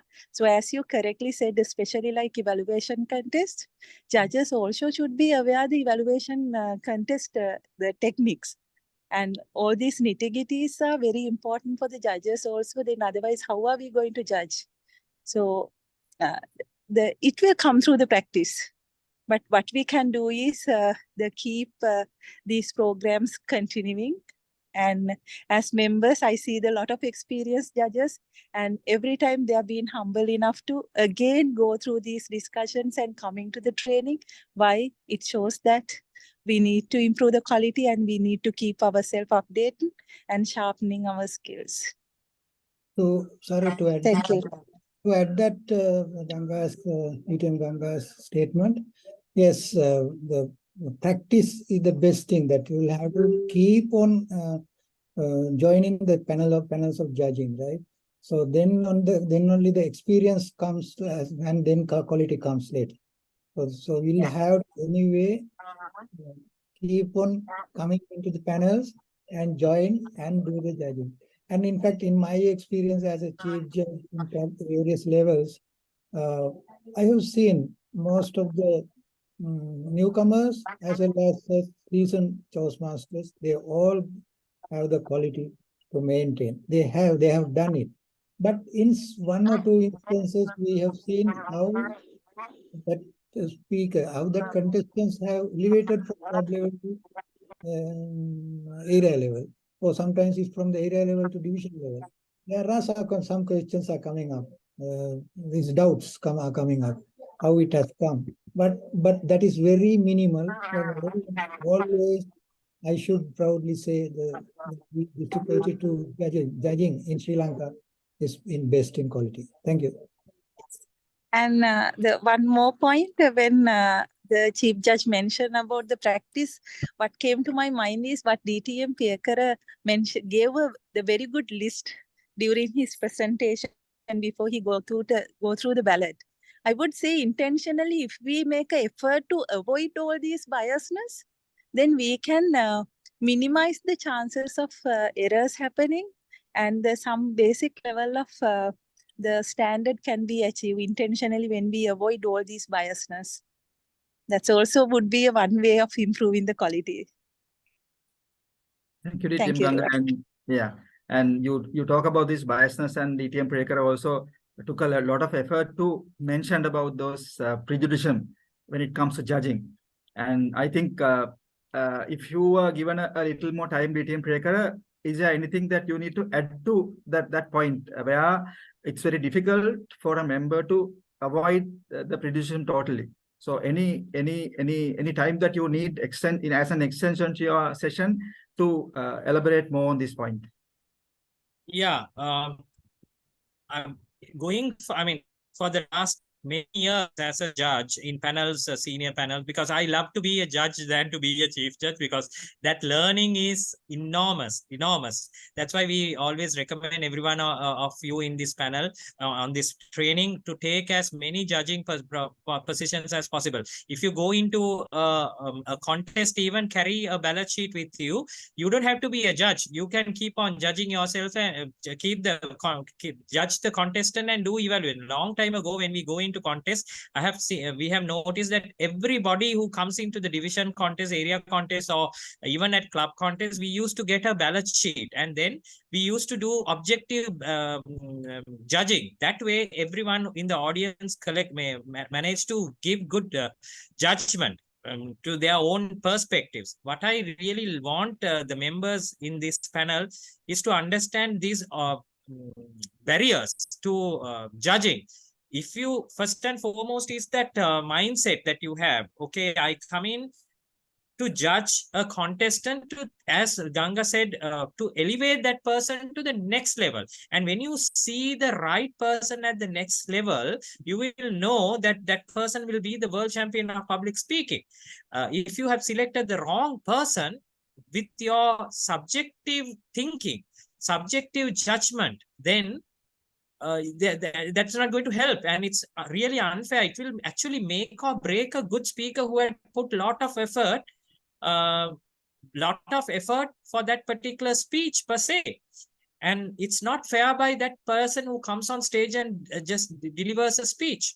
So understand the barriers to objectivity, understanding the barriers to objectivity, and putting all your personal prejudices. I know some judges, some speakers, they are talented speakers, but they might have a different personal life altogether. That personal life should not reflect on they go and play do their speech, and it should not reflect on the ballot sheet by the judges. That should be eradicated completely. And I should emphasize on those barriers that I spoke to you about. There are no other barriers other than those barriers I emphasize for each and every one of you to get out of.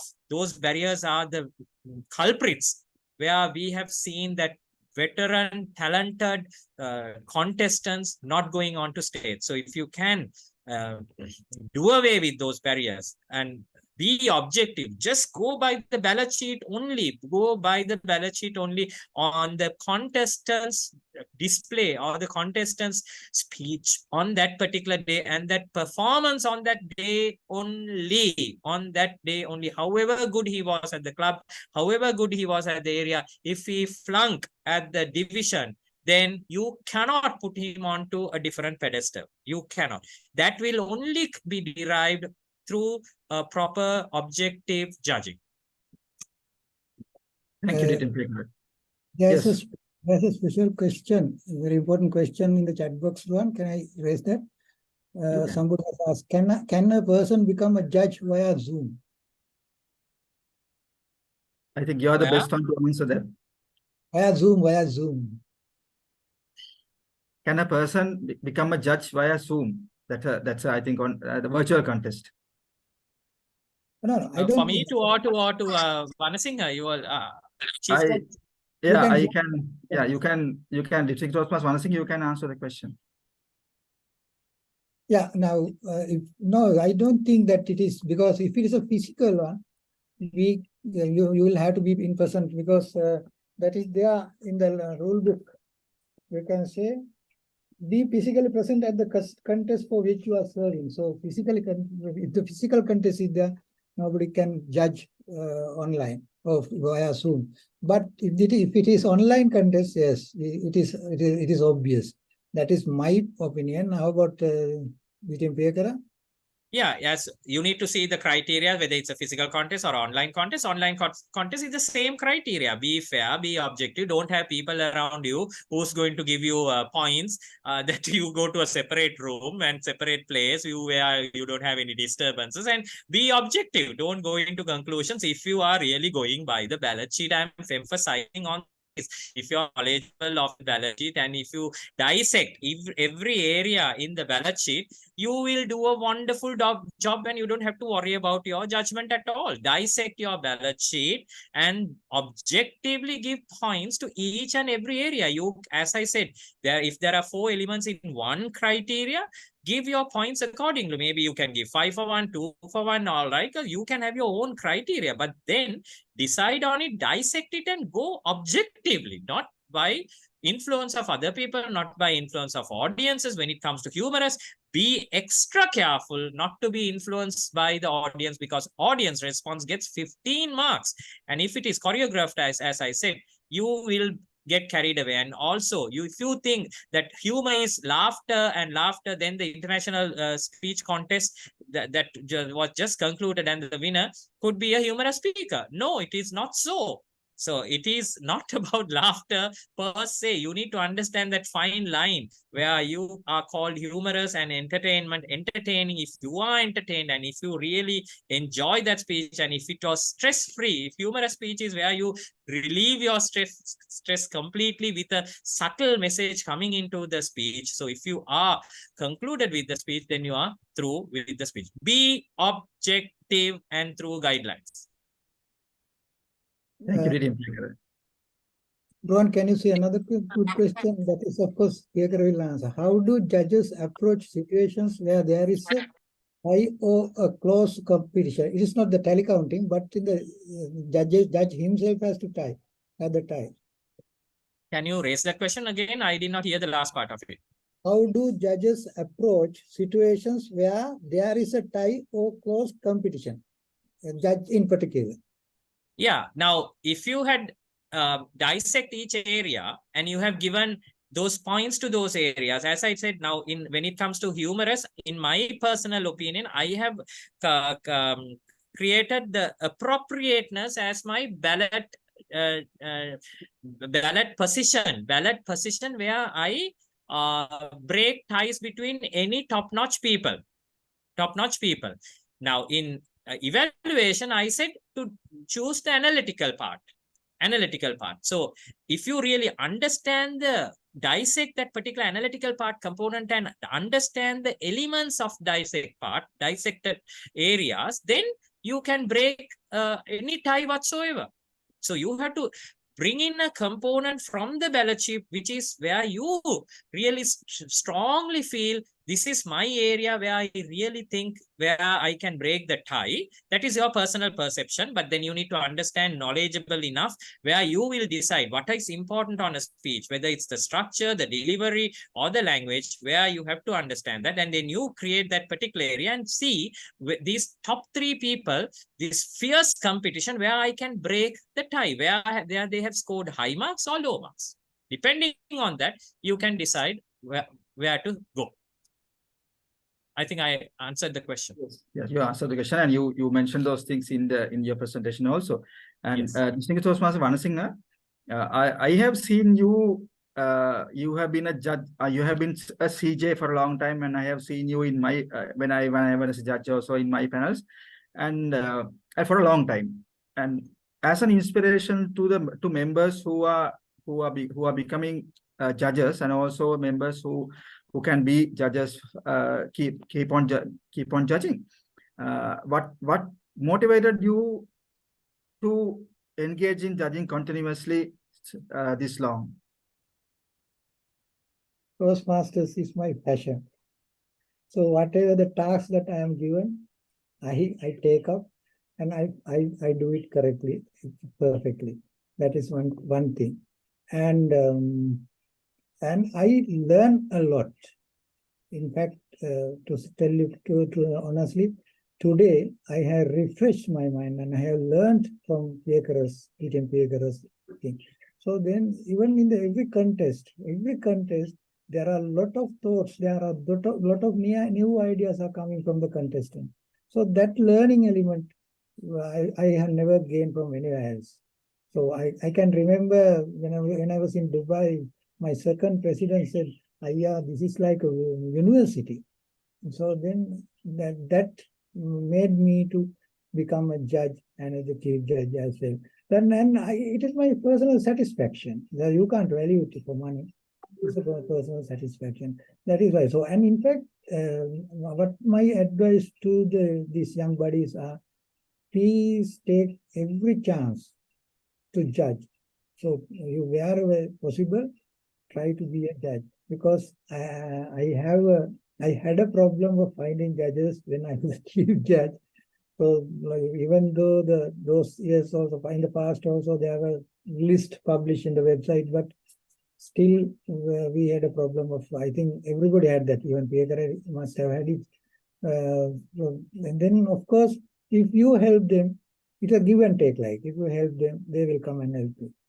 Right? So the one of the core values, the service is there. You have to serve the community. The community in turn will help you. Thank you. Thank you, Distinguished Toastmaster Singh. And my final question goes to the Program Quality Director, Distinguished Toastmaster Ganga Fernando. What's your message as a Program Quality Director to the budding judges who are in this audience? Yes, to all the judges here, I would say you are very important. Because in Toastmasters, we say that we help individuals to become better communicators and leaders. So the one important element is contest. And the decision that you are making at the club area division level ultimately will decide the next world champion public speaker and next district champion. So therefore, remember, you all are the roots who will make the contribution for all the speakers, all the champion speakers who has come out from the different level of contest. And you are so important and your service is invaluable. And therefore, I actually take this opportunity to say that I wholeheartedly appreciate all the effort. And we as a District 82, we have this level of quality in contestants and the contest. It's because of the silent heroes that we have been having, and that is our judges. And know the impact you are just making, and it is huge. One, excuse me, there's another question to different paper. Shall we take that? If it is a specific question, this of course we can take. Did the question because comes from the education that you can take it through, and I think you can read it. Yeah, I think it has a club name also. No, may I read it? Yeah, I can. I will. Question Can two. Can I read the who has raised this name? Yes, please go. Sita Kadrigaman to everyone. Okay. Question to DTM PQD. Just go now.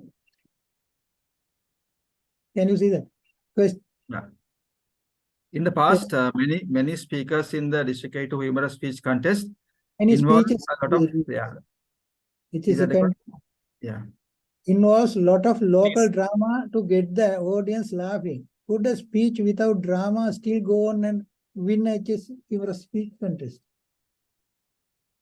Now say drama, you have to identify what it is. Drama, now say, if you can go back to Jocelyn Tyson today and see the speech, it has drama. You have to see what do you mean by drama. Drama is real acting on stage. Now, see, when it comes to humorous, there are component characteristics that you have to bring in where the drama element needs to come. But then you need to see whether that is appropriate for that particular speech content per se. Now, if he is just bringing in a drama to enhance, like in a stand-up comedy, that is not, that you need to understand that he's just bringing that part of the drama to enhance the audience's response, nothing to do with the content part of it.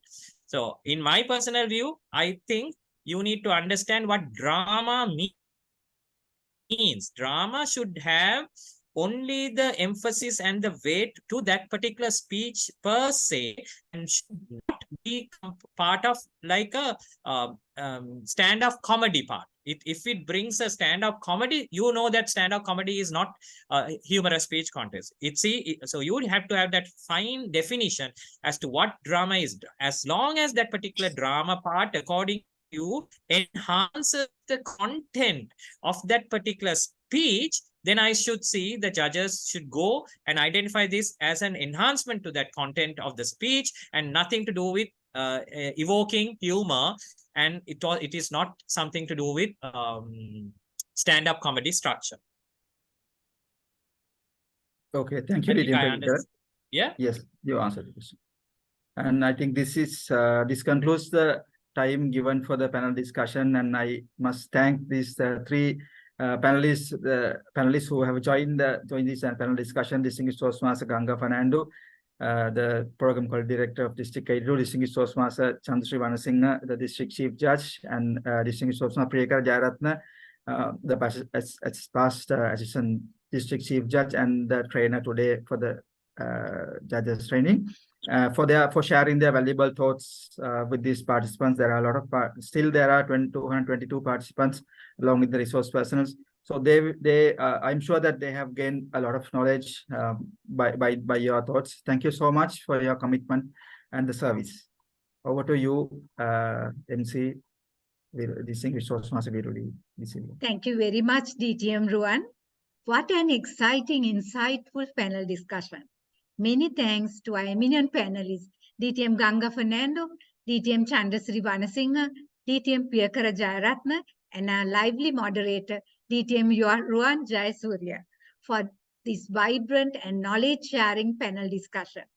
The knowledge and expertise our district leaders shared through their long years of experience will be immensely valuable to our future judges present in this important training session. My warm appreciation to our dedicated and passionate district leaders on behalf of the PQD team. Friends, please give a virtual round of applause to our vibrant keynote speaker, DTM Priyakara Jayaratne, an eminent panelist and moderator in this judges training session.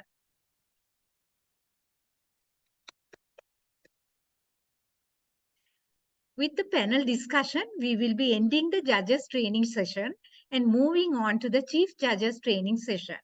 Before that, let's take a group photograph.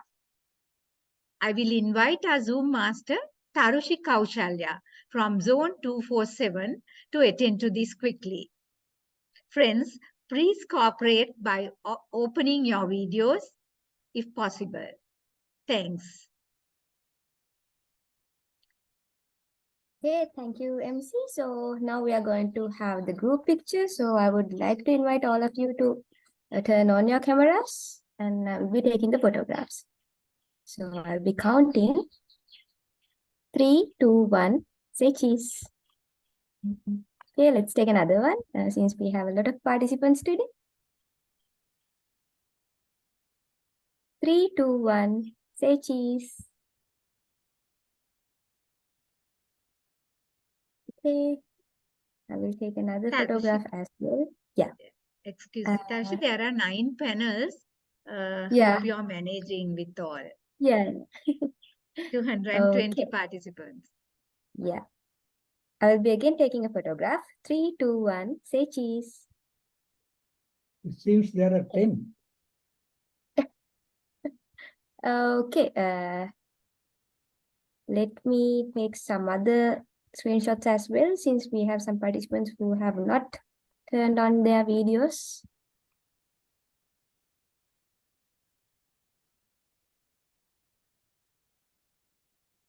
Okay, I'm done. Thank you all. And over to you, MC. Thank you very much, Zoom Master Tarishi. Fellow Toastmasters, we are now moving on to the Chief Judges training session. I'm privileged to introduce Distinguished Toastmaster Chandrasiri Vanasinghe, Chief Judge District 82, who will be conducting this important session. Distinguished Toastmaster Chandrasiri Vanasinghe is a Toastmaster for over 16 years, and he is from the Siena Toastmasters Club. Toastmaster Vanasinghe has held many leadership positions at club, area, division, and district level. Assistant Club Growth Director and Club Quality Chair are a few district leadership positions to mention. Please put your hands together to welcome our Chief Judge, Distinguished Toastmaster Chandrasiri Vanasinghe. Over to you, DTM Vanasinghe. Thank you, Viruli. Thank you for the introduction. Leadership and learning are indispensable to each other. That was told by John F. Kennedy. Learning never exhausts the mind. That was told by Leonardo da Vinci. Without exhausting the learnings that you have gathered in the morning, I highly appreciate your presence here in the second session of this training program, Judges training program. As these judges become a judge and play the role as a judge and come into the training like this is, as Distinguished Toastmaster Mahinda Karunakara said in the opening session, is not for the marks. This is not for the certificate, but it values your own experience and it gives a chance to serve the community. So that is so much value in this undergoing this training. Like, the best thing is, and I take this opportunity to thank Distinguished Toastmaster Priyakara, who has predominantly and dynamically held his program session, and he said, he mentioned the core values of almost, it is valuable, applicable to all of us, and specifically the judges.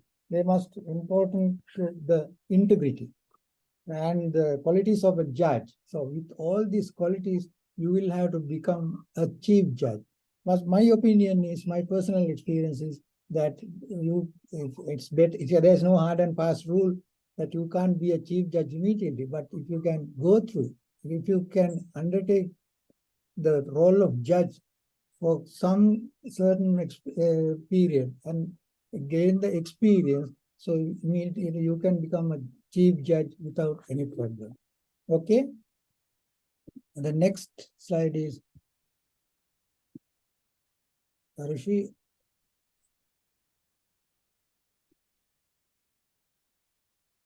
So this objective of this program is, of course, at the end of this program, you will understand the role of the chief judge, not only in the Toastmaster speech contest, but wherever you go.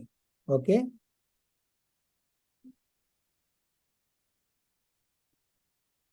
As Priyakara also mentioned in the morning, that eligibility to be a chief judge at a club contest to be a paid member, at an area, division, or district contest, be a paid member for minimum of 6 months. I think Priyakara has elaborated it in more. Have completed a minimum of, why you have 6 month experience. I have completed a minimum of 6 speech projects in the competent communication manual. That was the existing earlier one, previous one, or earned certificates of completion of levels 1 and 2 of any path in the Toastmasters pathway learning experience. This question I raised at the DOTP as well. Earning the certificates of level 1 and 2. It is not enough for you to complete the level 1 and 2 at the club level, even the level 2 at the club level, but you will have to earn the certificate. So there is no hard and fast breakup, because there's a, now the communication mode is very improved. Immediately once you submit and once you education submitted your completion, they will send you the certificate. So earning the certificate is very important, and it is easy now. The next question, Tarushi.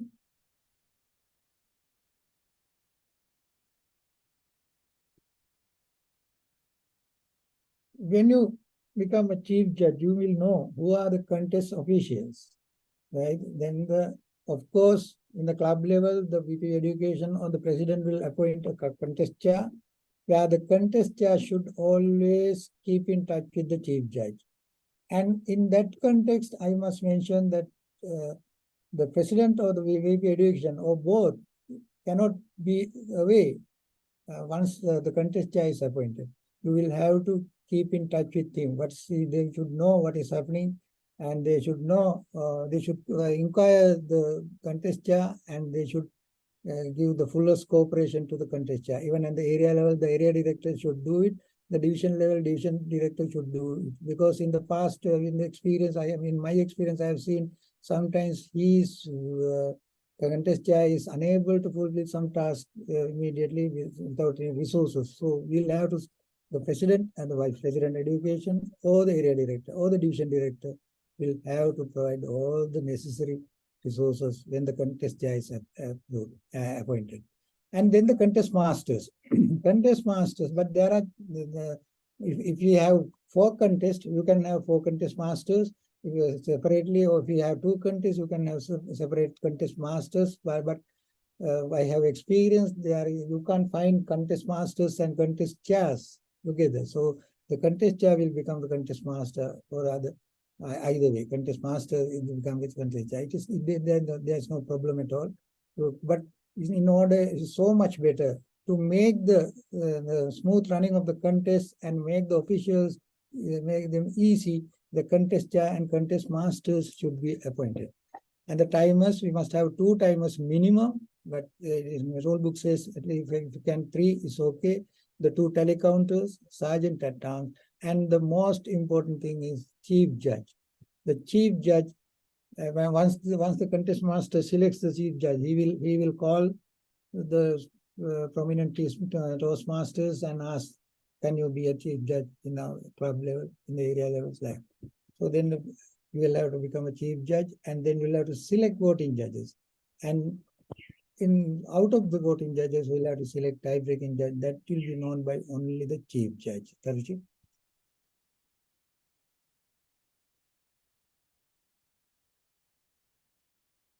DTM Piekara also mentioned this, the required number of judges, minimum required number of judges at the club level, 5 voting judges plus 1 tie-breaking judges, 6, and the chief judge 7.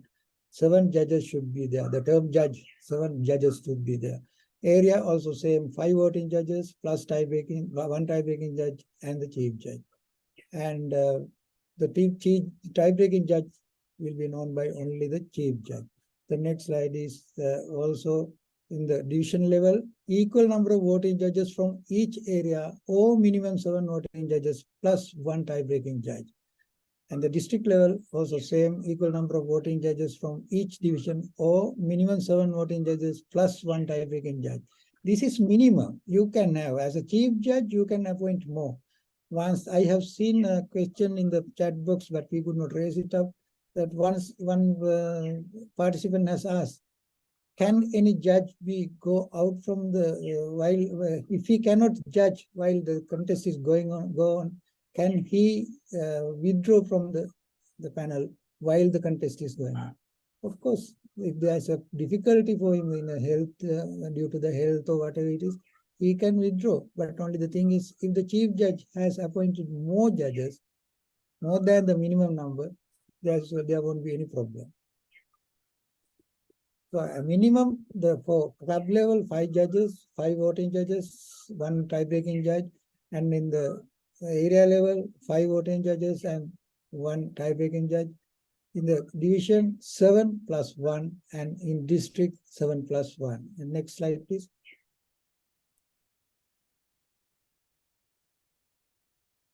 before the contest, of course, once you are appointed as the chief judge, you will have to maintain dialogue with contest chair, because you will have to request him to provide the papers, like I will show you that in the next slide. Maintain dialogue with contest chair and appoint and counsel voting judges, tie-breaking judges, judge and counters, timers. And of course, the counters and timers will be appointed by the contest chair, will be nominated by the contest chair.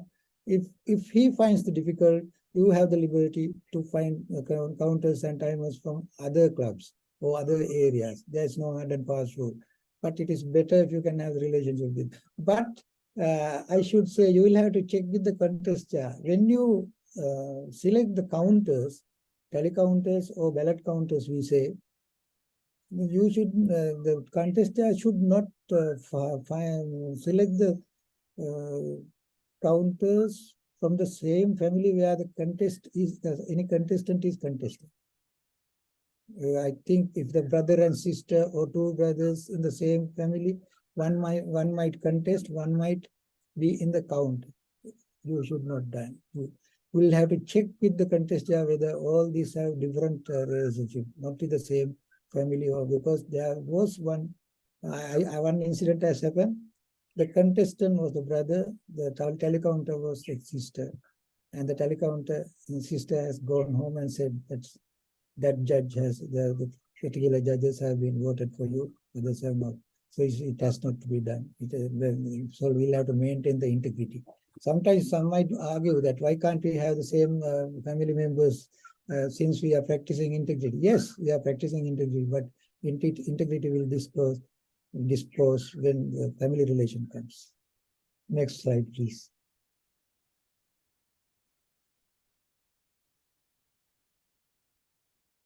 Before the briefing is done, of course, we will have to ask from the contest chair to provide all the papers as what I said. The contestants, the speaking order, when after the tallying done, judges guide and ballot sheets, speech contest rule book if possible, and judges, of course, that can be referred by the individual judges, and the judges certification of eligibility and code of ethics. This is very important. Before the contest begins, all the judges will have to sign and submit the judges' certification of eligibility and code of ethics before the contest. And it is the chief judge's responsibility to collect all of them and distribute the judges' guide and ballot to particular contests, maybe international, maybe evaluation, maybe table topics or humorous. Those are the all 4 contests that we are conducting at the moment. In some other regions or district, they have the tail talk contest, but it is not happening in here. Next slide, please.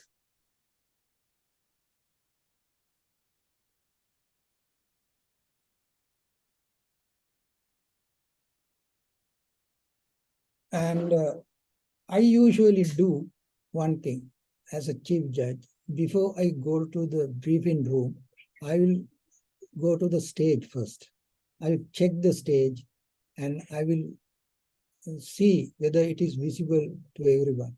And I will check with the contestants whether the speaking area is comfortable for them. And I will see whether the timers are visible from the stage, the speaking area. And I check the audibility of the speakers from the stage to the end of the auditorium or hall, wherever the place.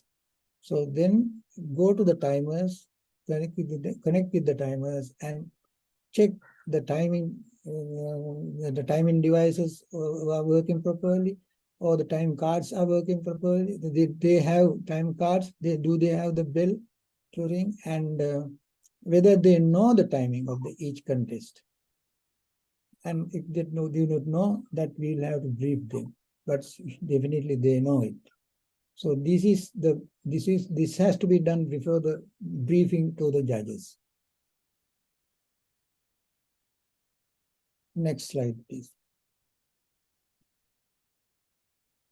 So this is the judges' certification of eligibility and code of ethics. This has to be signed by the judges and handed over before the briefing starts, before the contest.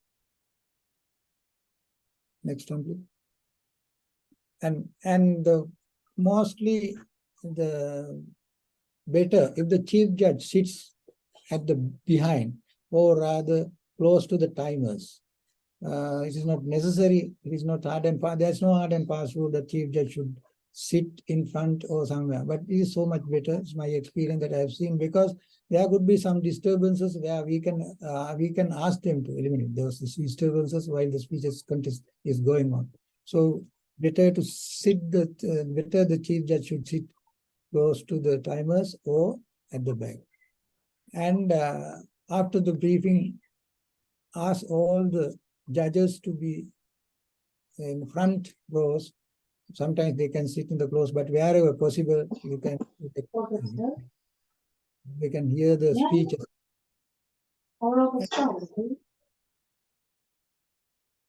After the contest, collect all the ballot sheet with the help of the telecounters, and chief judge should collect tie-breaking judge's ballot sheet. The tie-breaking judge should give the ballot sheet only to the chief judge and start telecounting with the telecounters in a separate room provided by the contest chair. But in that context, I should say the rule book says the tie-breaking judge should not enter into the briefing room. He should keep away from the briefing room. It has to be done. But in the club level, if you find very little crowd over there, if a stranger hanging around, they might see that this man is the tie-breaking judge. So I have seen the tie-breaking judge comes into the briefing room and sits there, sits without talking anything.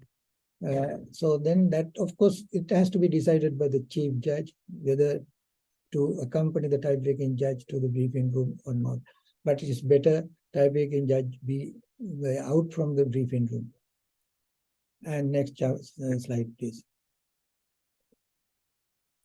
This is the counters tally sheet.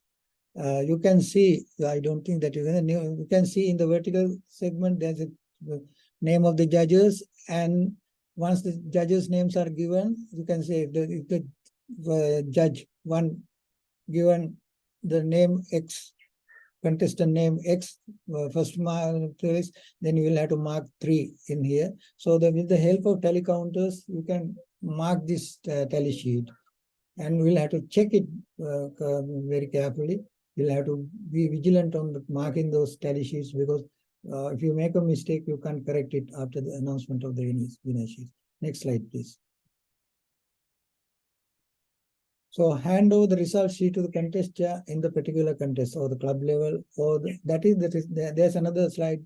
The result sheet is shown. That result sheet only you will have to show. In that you are giving 1, 2, 3 places, first, second, third place, and there is a special point that to mark that the contestants have made the time disqualification. And if you have gone over time, we'll have to say yes, there is time disqualification. If by chance nobody has disqualified with the time, we can proudly say there's no time disqualification. So this the next slide, please. You can see the result sheet, which should be handed over to the contest chair. This is the one. You can see this yes or no. That is time disqualification. You will have to give only third, second, and first place, mention and hand it over to the contest chair in the particular contest at the time of contest. But the notification contest sheet has to be, notification of winners contest sheet has to be provided to the next contest chair of the next level, not to any other officers, but to the next level. For an example, if you are chief judge in one particular club, you can keep that club notification. Next slide, please. That notification until the area contest chair is appointed. Don't hand it over to anybody else. I'll see the next slide. Yeah, the other one. Right, this is the contestant. So here you can see the names, the club number, and email address, and all these particulars. Of course, any contest, any contest, you have the right to ask from the contest jar to provide all this information of the contestants. It is easy for the chief judge to place these contest placements and fill all these details, like email address, club number, and all. Then next contest will have, he won't be having any problem on submitting the notification of contest winner. I think I have covered a lot, and whatever the things, and in fact, I should say that there's a change this time. The rule book 23 and 24, only one change has happened, as Peter said correctly. That is for the eligibility of the contestant. The following are ineligible to compete any Toastmaster speech contest. That is, you will know, incumbent international officers and directors, advisors, district directors, area directors, like immediate past district director. The new change is candidates for district positions elected by the district council for the term beginning the upcoming July 1st. That means the existing people, club officers, incumbent people, and the next nominated people also cannot be contested. So, Viruli, I think this time for the Yes. question. Thank you very much, Chief Judge DTM Chandrasiri Vanasinghe, for sharing your valuable expertise with our Toastmasters. Your keynote address gave many valuable practical and technical details too, which will be very helpful to our potential chief judges. Surely it will help to enhance the professionalism of our future chief judges. Appreciate your commitment and contribution once again in empowering our Toastmasters. Dear fellow Toastmasters, the attendance link for the Chief Judges training session is given in the chat window. Please mark your attendance if you have not done yet. You need to mark twice, first for the Judges training session and next for the Chief Judges training session. We will be moving on to the question and answer session now. The Q&A session will have 15 minutes. If you need to ask a question, please raise your virtual hand or post the question in the chat window. Distinguished Toastmaster Vanasinghe, DTM Ganga, DTM Priyakara, and DTM Ruan will be happy to answer your questions. Depending on the time, our leaders will also answer your questions in the chat window.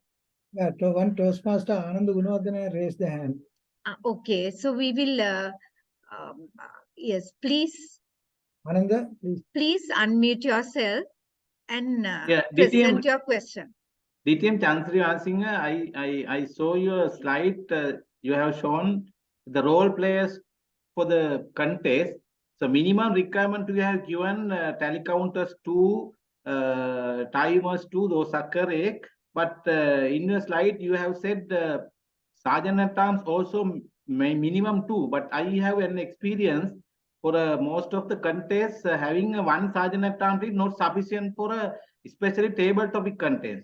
Table topic contest, you have to have a window, one sergeant at arms, and you have to be one sergeant at arms with the contestants when they go out. So minimum requirement is 1 is not sufficient. My idea. What is your idea? Exactly correct. Yes, the minimum is 1, but for the table topics, you will have to have more. But if you can manage with more sergeants at arms, that is okay. Because if they have voluntarily come as a sergeant at arms, let them do. There's no hard and fast rule. I think I have answered you. Yeah, thank you. There's Thank one you. question asked on the there's one question asked on the Yes. previous one. I think Ganga wanted me to check on this. As a voting judge, if you it was raised by Upul Pallekumbura, as a voting judge, if you find yourself unable to make a proper judgment for any reason, is it possible voluntary to withdraw from voting? If so, what is the proper procedure for doing so? Should you do it as soon as you realize it, or wait until the end of all speeches? Okay. One thing that I need to tell you is don't panic as a judge. you have, if you really don't want to be in the panel, you need to tell that well in advance.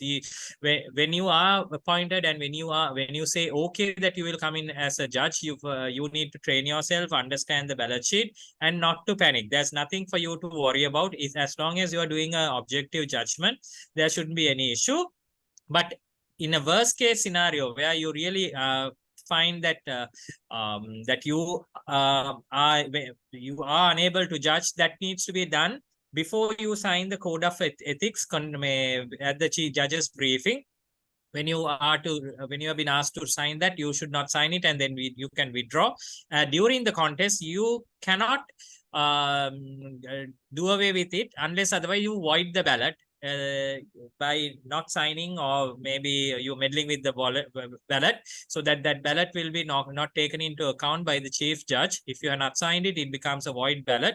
But we do not recommend you to do that. Your judgment is your judgment. It does not mean that you don't have to panic about it or worry about it. You have to give what is good for that particular moment and what is best for that particular moment. Unless otherwise there's a scenario where you are biased. Say somebody whom you know had come on front of the stage without your knowledge. You never knew about the name. Maybe you heard the second name of the person. You had been mentoring that person. Suddenly he comes on stage that you are unable to do that. Then you should immediately inform the chief judge itself and then void the ballot and withdraw from the ballot sheet, because you will know that you are not doing justice for that particular contest. Please do that unless otherwise, because you're going in as a judge. Understand who the contestants are. See whether you are related to those contestants, whether they are coming from the same club, whether you have any biasness towards them. If you are, then you do not take up that position. That you need to do on or before the contest starts, during the judge's briefing itself. Understand who they are and tell the chief judge that you are quitting. But don't do that unless there are the minimum number of judges listed.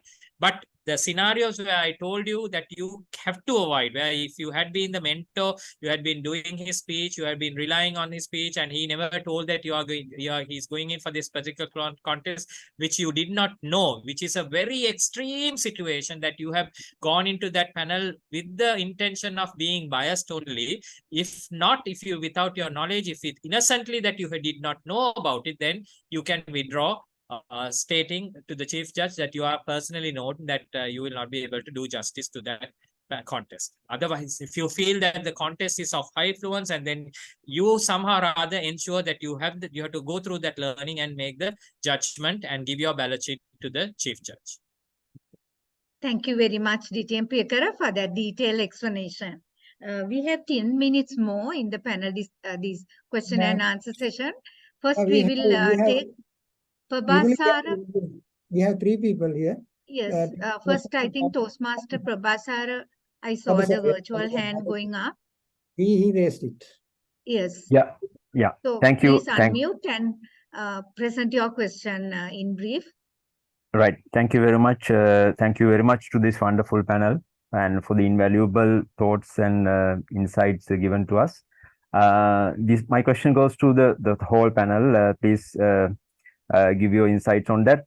Now, being a chief judge, how please guide us how to select your panel, the judge panel. What are the guidelines for that, and how critical to go through their eligibility? What is the importance of that, please? Thank you.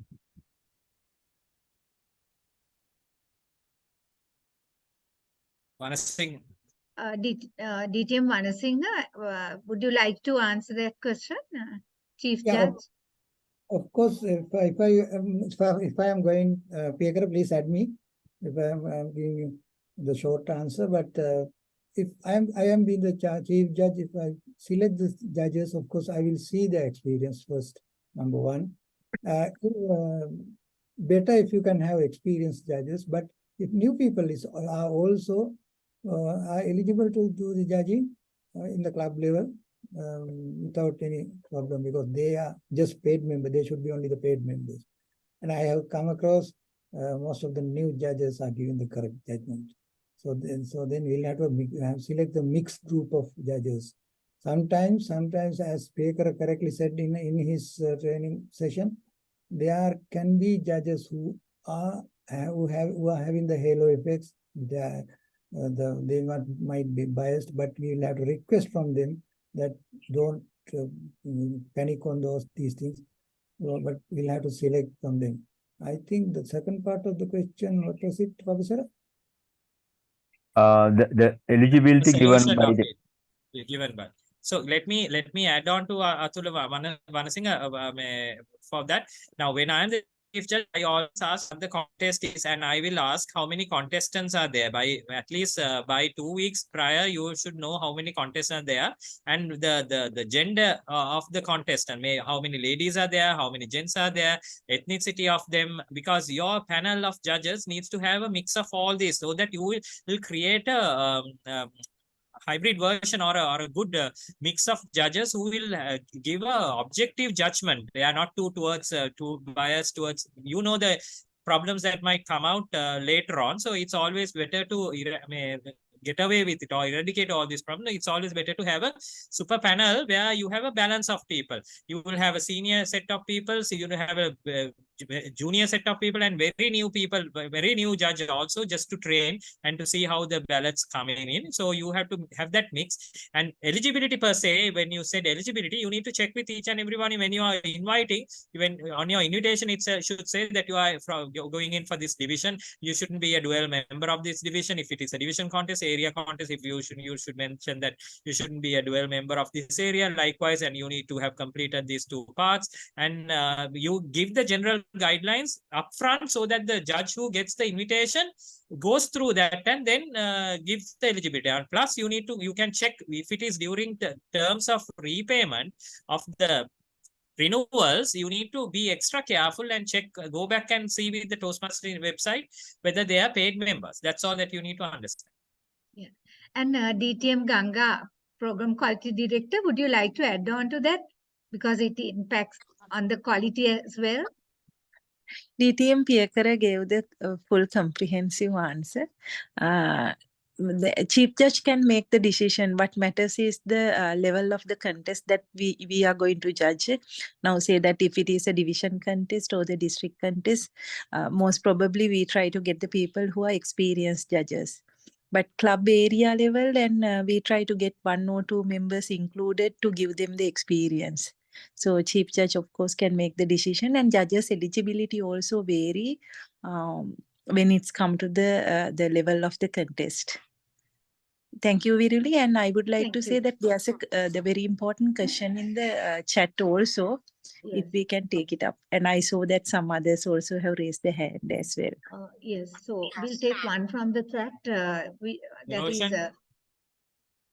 I think Daryl was that. I think Niroshan had came.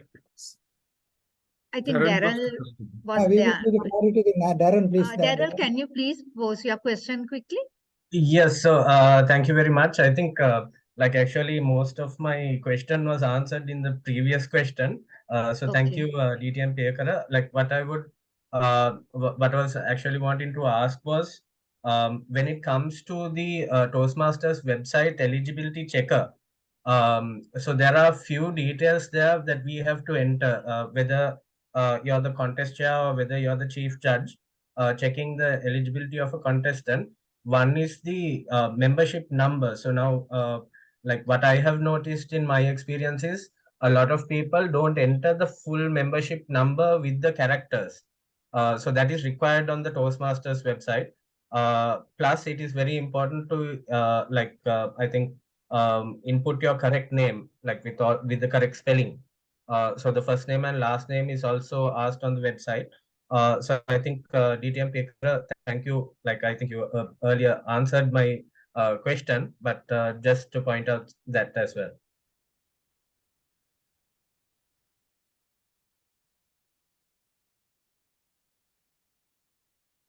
Niroshan, you have a question? Yes, the panel, it's actually not per se a question, but a suggestion to both the PQD as well as the district CJ. Now, we did have over 250 odd people joining in for the judges training program, and I believe that's the list. that will be published for us to contact in order for us to get them as part of the panels. My request is, as per the rule book, there is a clause which says that if you are contesting at a certain level, you shouldn't be a judge at that certain level as well. So what I would request is, if there is an intention for any of those participants to contest, at least at club level, to make that as an indication, because then we will go through the list and probably start talking to the other people who are actually not contesting. And then post that, we can talk to the people who have given the indication that there is a possibility that they would contest. That's suggestion number one. Other one is, since we are having all physical contests, it will be great that if we can have an indication of where the proximity of that particular judge is, so that when we are selecting judges, it makes life easier for us to select judges from that particular area, and that will narrow down, or that will help us select judges from a particular area as well. Thank you so much. Thank you, Thank you. DTM Niroshan. I think there's a similar question in the chat window as well. Can the Toastmaster Abhiram is asking, can someone be a judge in another club contest while they are contesting? What is the limitation? DTM Chandasiri, would you like to answer that question? No, I can't, it's not clear. What can someone be a judge in another club contest while they are contesting? No. Because if they are contesting, of course, if they have lost the contest, yes, after that they can be contest, they can contest. But before that, I don't think there's no hard and fast rule. What about Pekara? Yeah, at club level, you can be a judge even before or after the contest, as long as club level. But then if you have got through from club level to the area, then you can't go in for any club level panels. But simultaneously, if you are thinking of competing and you want to, you can say the contest is happening next week and you are a judge today, you can be a judge. You can be a judge, but not after next week. If you have been selected as one of the first two, then you can't be a judge at the area level or the other levels. If you have lost, of course, you can. But if you are not, if you have won, then you have to be away from the game. And Anand Gunadhan once again raising. Yes, Anand Gunadhan. You can. DTM, I make my question very short. Now, particularly in table topic contest, some judges are select the topic by discussing with other judges, but some are make their own decision to select the topic. Now, it is better, in my view, if you even though we say judges are knowledgeable on the subject, sometimes judges also can't find what the table topic is. So in that case, if the judges, chief judge could discuss with other judges as a panel and select the topic and give it to the contestants, that is better. Then the judgment will be very easy. Otherwise, if the chief judge himself will give a topic, if other judges have different views, you can't have proper judgment. So what is your view on that?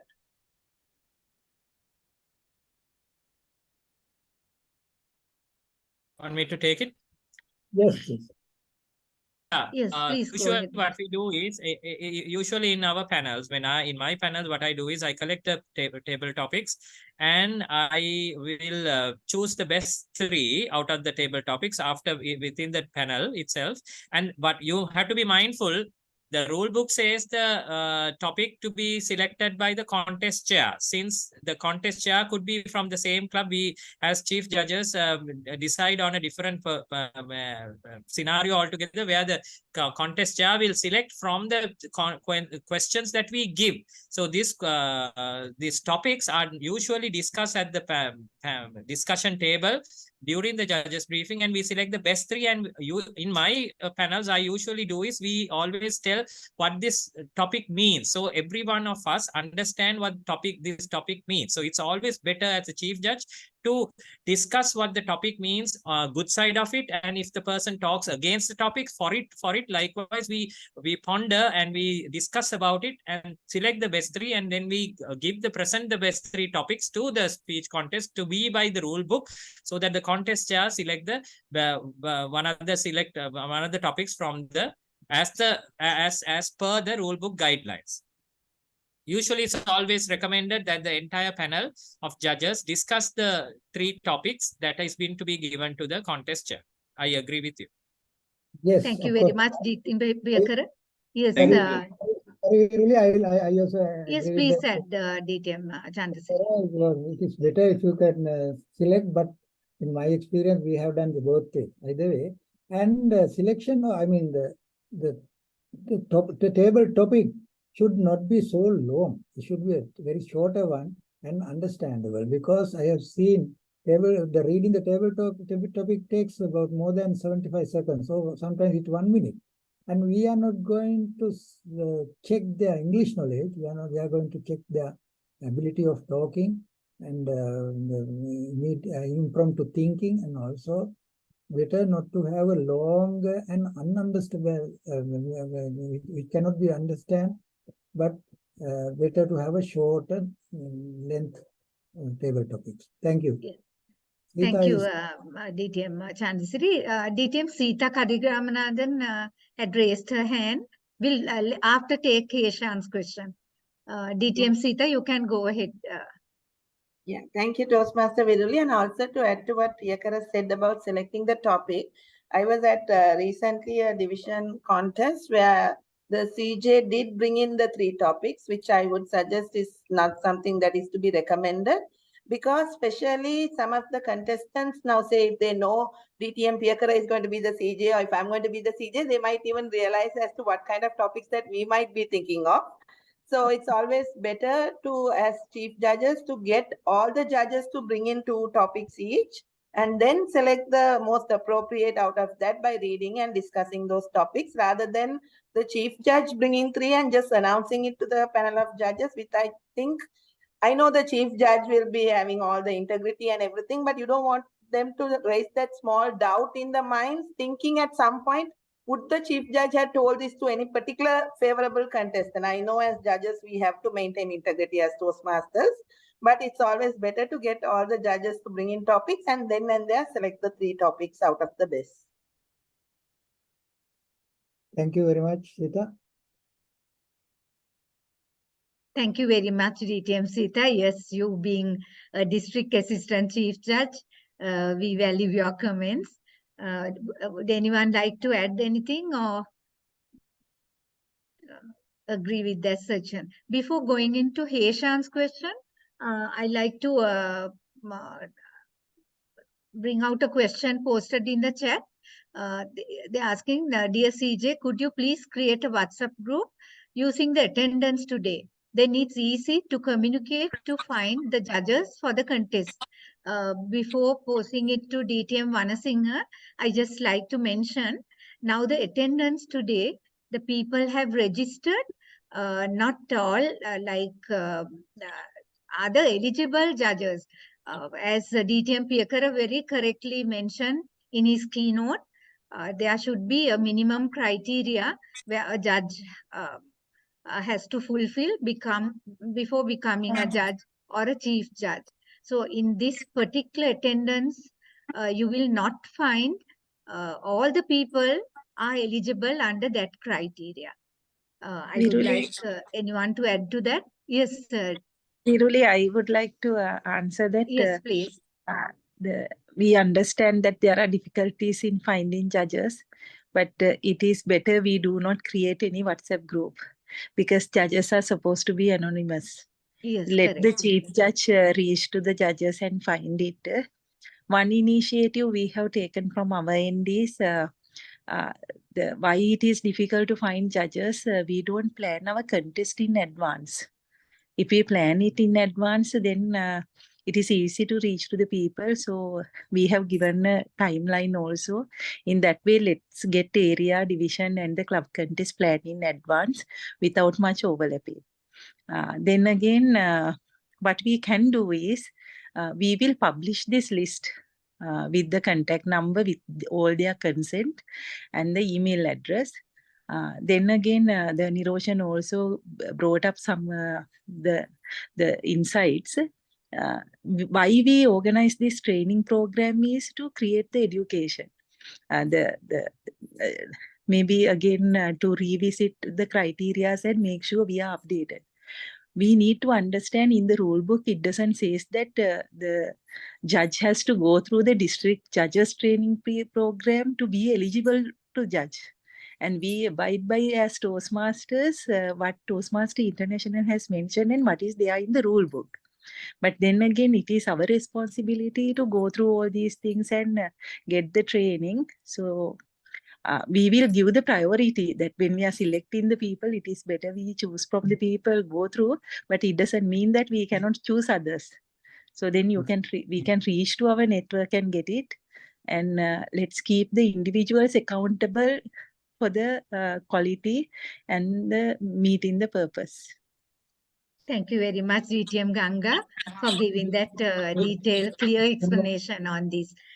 We are almost 9 minutes behind the schedule, but we have one more question from Heshan Hettiarachi. I saw him raising his hand. Heshan, is there a question? You can briefly ask the question. I had two questions. Yes. The first question is from I want to ask from DTM Piyakara. Okay. Normally, this for the table topics contest, normally the best three topics are being selected now. However, but I want to ask that normally out of these best three topics, is one topic out of the three is being communicated to the whole contestants, or else one topic each will be communicated randomly in some contest? No, we as per the rule book, the contest chair needs to select the topic. So as chief judge and as panel of judges, what we would do is at the panel of judges briefing, we will select the best three topics that is suitable for that particular contest. And we will discuss, ponder, and those three topics will be brought forward to the contest chair, and the contest chair will select the best topic per that contest. He will not be repeating any other topics of that particular out of the topics that we have chosen. He will select one topic out of the three. One topic out of the three. That's it. And that's all. And that topic will be read to everybody in the contest.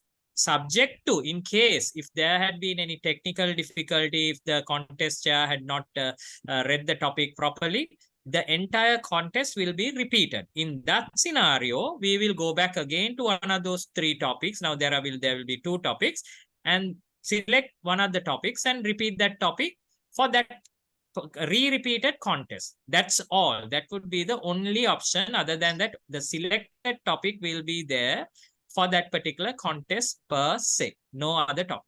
Am I clear, Ishan? Yes, DTM Piyakara.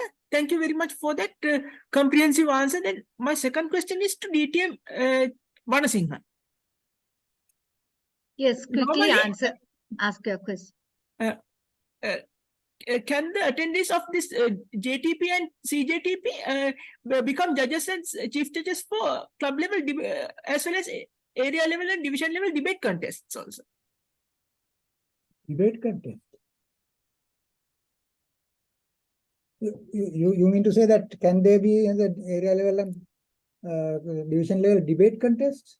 Yes, normally some divisions had debates in the last Toastmasters year. I mean, for that, can this attendees of today's program act as judges?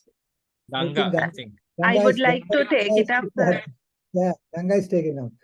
Yes, and thank you, Heshan, for your question. And this has nothing to do with the area or division level judge, the debate contest. So those are certain events organized by the area or the division or the particular clubs. And here our main focus is on the evaluation speech contest and the humorous speech contest. for the next season and the following season, it will be table topic and the international speech contest. Thank you very much, Thank you DTM very Ganga. much. And I would add one thing that we should not limit to the 3 topics. Like in my experience, I usually take 5 topics. There's no other part. And Take 3 topics to the contestant. Is that okay? that's Yeah, okay. yeah, And it's all right. I think this is another the point we can consider when it's come to the next judges training. This term, since we are having the evaluation and the humorous speech contest, and I do understand Yes. there are a lot of the probing areas that we can take into discussion in the table topic speech contest. The following terms. Exactly. Thank you very much, dear Toastmasters and district leaders, for the enthusiasm shown in this session. We still have 134. We started with 220. We have now come to the end of this session, Chief Judges Training, as well as the Judges Training Program. And before we conclude, I would like to invite our Zoom master to take a photo of this second group. Okay, sure. Can Okay, I hi please everyone, I'm back. And yeah, can you Yes, all please DTM open your Tarushi? videos? Yeah.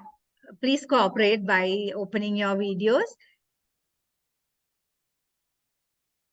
Okay, Because this I'm going another to group has registered, so we have another souvenir. Okay, 3, 2, 1, say cheese. Okay, I will be taking another one. 3, 2, 1, say cheese. Okay. Give me a second. I'll be taking some other photographs as well, since there are some people who have not turned on their videos. Okay, yes, I'm done. And over to you, MC. Thank you very much, Toastmaster Tarushi. And with that, we have come to the conclusion of this program. I would like to invite TLI Chair, Toastmaster Chandana Punjiheva, to appreciate all our attendees and the district leaders. TTM Chandana, over to you.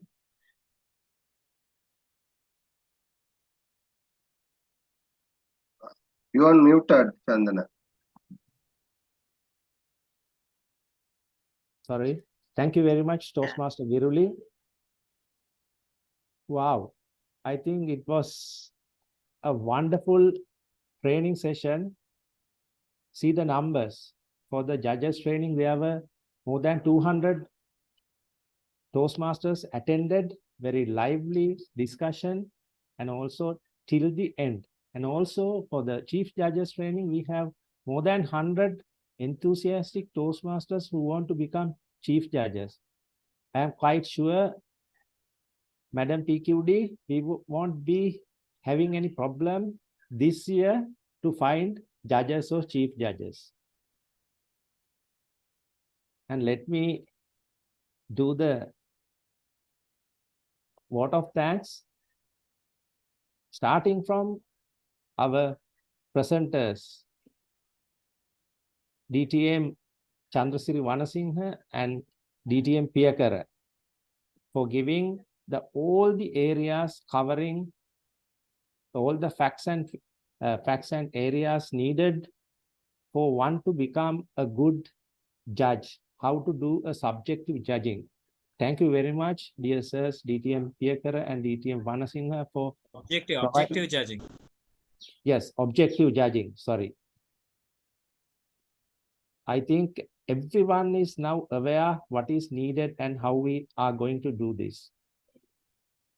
And then for the panel discussion, it was in addition to DTM Vanasinghe and DTM Piyakara, DTM Ganga and DTM Ruan Jayasuri also joined. DTM Ruan moderated the panel. And there, I think our members who participated get ample opportunities to clear their doubts and to raise their questions and also to make their suggestions for further improvement of this program. And therefore, I would like to thank all the resource persons, including our presenters and the panelists for the panel discussion. And then I would like to thank the district trio, DTM Mahinda Karunakara, DTM Ganga, and DTM Niroshan. All three of them, the top three of the district, are not in Colombo or at their homes. DTM Mahinda and DTM Ganga joining from Bahamas, and DTM Niroshan was on the way to Jaffna in the train. He was joining from the train. Thank you very much for commitment and all the guidance and all the support you extended to us to conduct this program. And also, I would like to thank our energetic Zoom master who is from the PR team of the district, Toastmaster Tarushi. She ran the show without any technical glitches, and also she was supported by our PQD team member, Toastmaster Ilangovan. Thank you very much, Ilangovan also. And our team in the PQD team, Toastmaster Viruli, Toastmaster DTM Imali De Silva, then DTM Modita, Ilangovan, myself, and not to forget the role played by Toastmaster Kitnuka and Toastmaster Linali Alexander. They are the team behind this program, which is being discussed at length for a couple of weeks and made it a success. Thank you very much, the team, and also all the participants being such a wonderful audience and being lively participating, raising questions and giving answers when there were questions raised to the audience. And I think we can have wonderful contest this contest season. Thank you very much and enjoy the rest of the day. Over to you, MC. Thank you very much, Toastmaster Chandana Puncheva, our TLI chair from Customs Toastmaster Club, for the warm appreciations. We had a wonderful judges training program and club, the chief judges training program today. Appreciate everyone for your commitment and dedication on this lovely Sunday morning. Please enjoy the rest of the day. And I am your MC signing off, Toastmaster Viruli De Silva.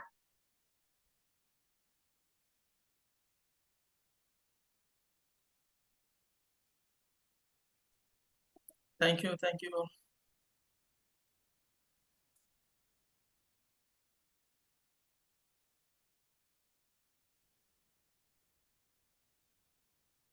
Thank you, everyone. Thank you and enjoy your. So I'm No, about you to have say to good sleep, night. I think. Yes, Thank yes. you, Ganga. Must be about 1:32. What time Yeah. is it? Now yeah, Are it's you free? almost 2. Yes, that's the thing. And you all had the grand finale, no, today? The main event? Yeah, it's final. The Yes. convention is over with the today's night function. Yes, When that's the are you thing. I leaving? know. Ganga? When are you leaving Bahamas? Today, tomorrow? Yeah, the tomorrow. That is 20th, 21st or 20th. Yeah. Yes. Yeah, Somehow 20th. manage, no? Both of you all to stay in the program. See the commitment and passion. Thank you, everyone, and you all. Imali De members. Silva is there. Imali is there. Imali just born. So enjoy the He's rest of the also program in Bahamas. the And opposite of have the a Bahamas. have a safe Imali. flight back home. Yeah. I'm also enjoying the Yes. See? sea view and everything. Everything good. But so nice to see everyone, no, with all that. Even Niroshan joined from the train while he was traveling. DTM Niroshan, our club growth director. Okay, right. Then see Okay, you all. then. Okay, then. Bye. Yes. Well Enjoy done. the day. Congratulations. Thank Bye. you. It's the Thank you, team everyone. effort. Thank you, team. Yeah. Bye.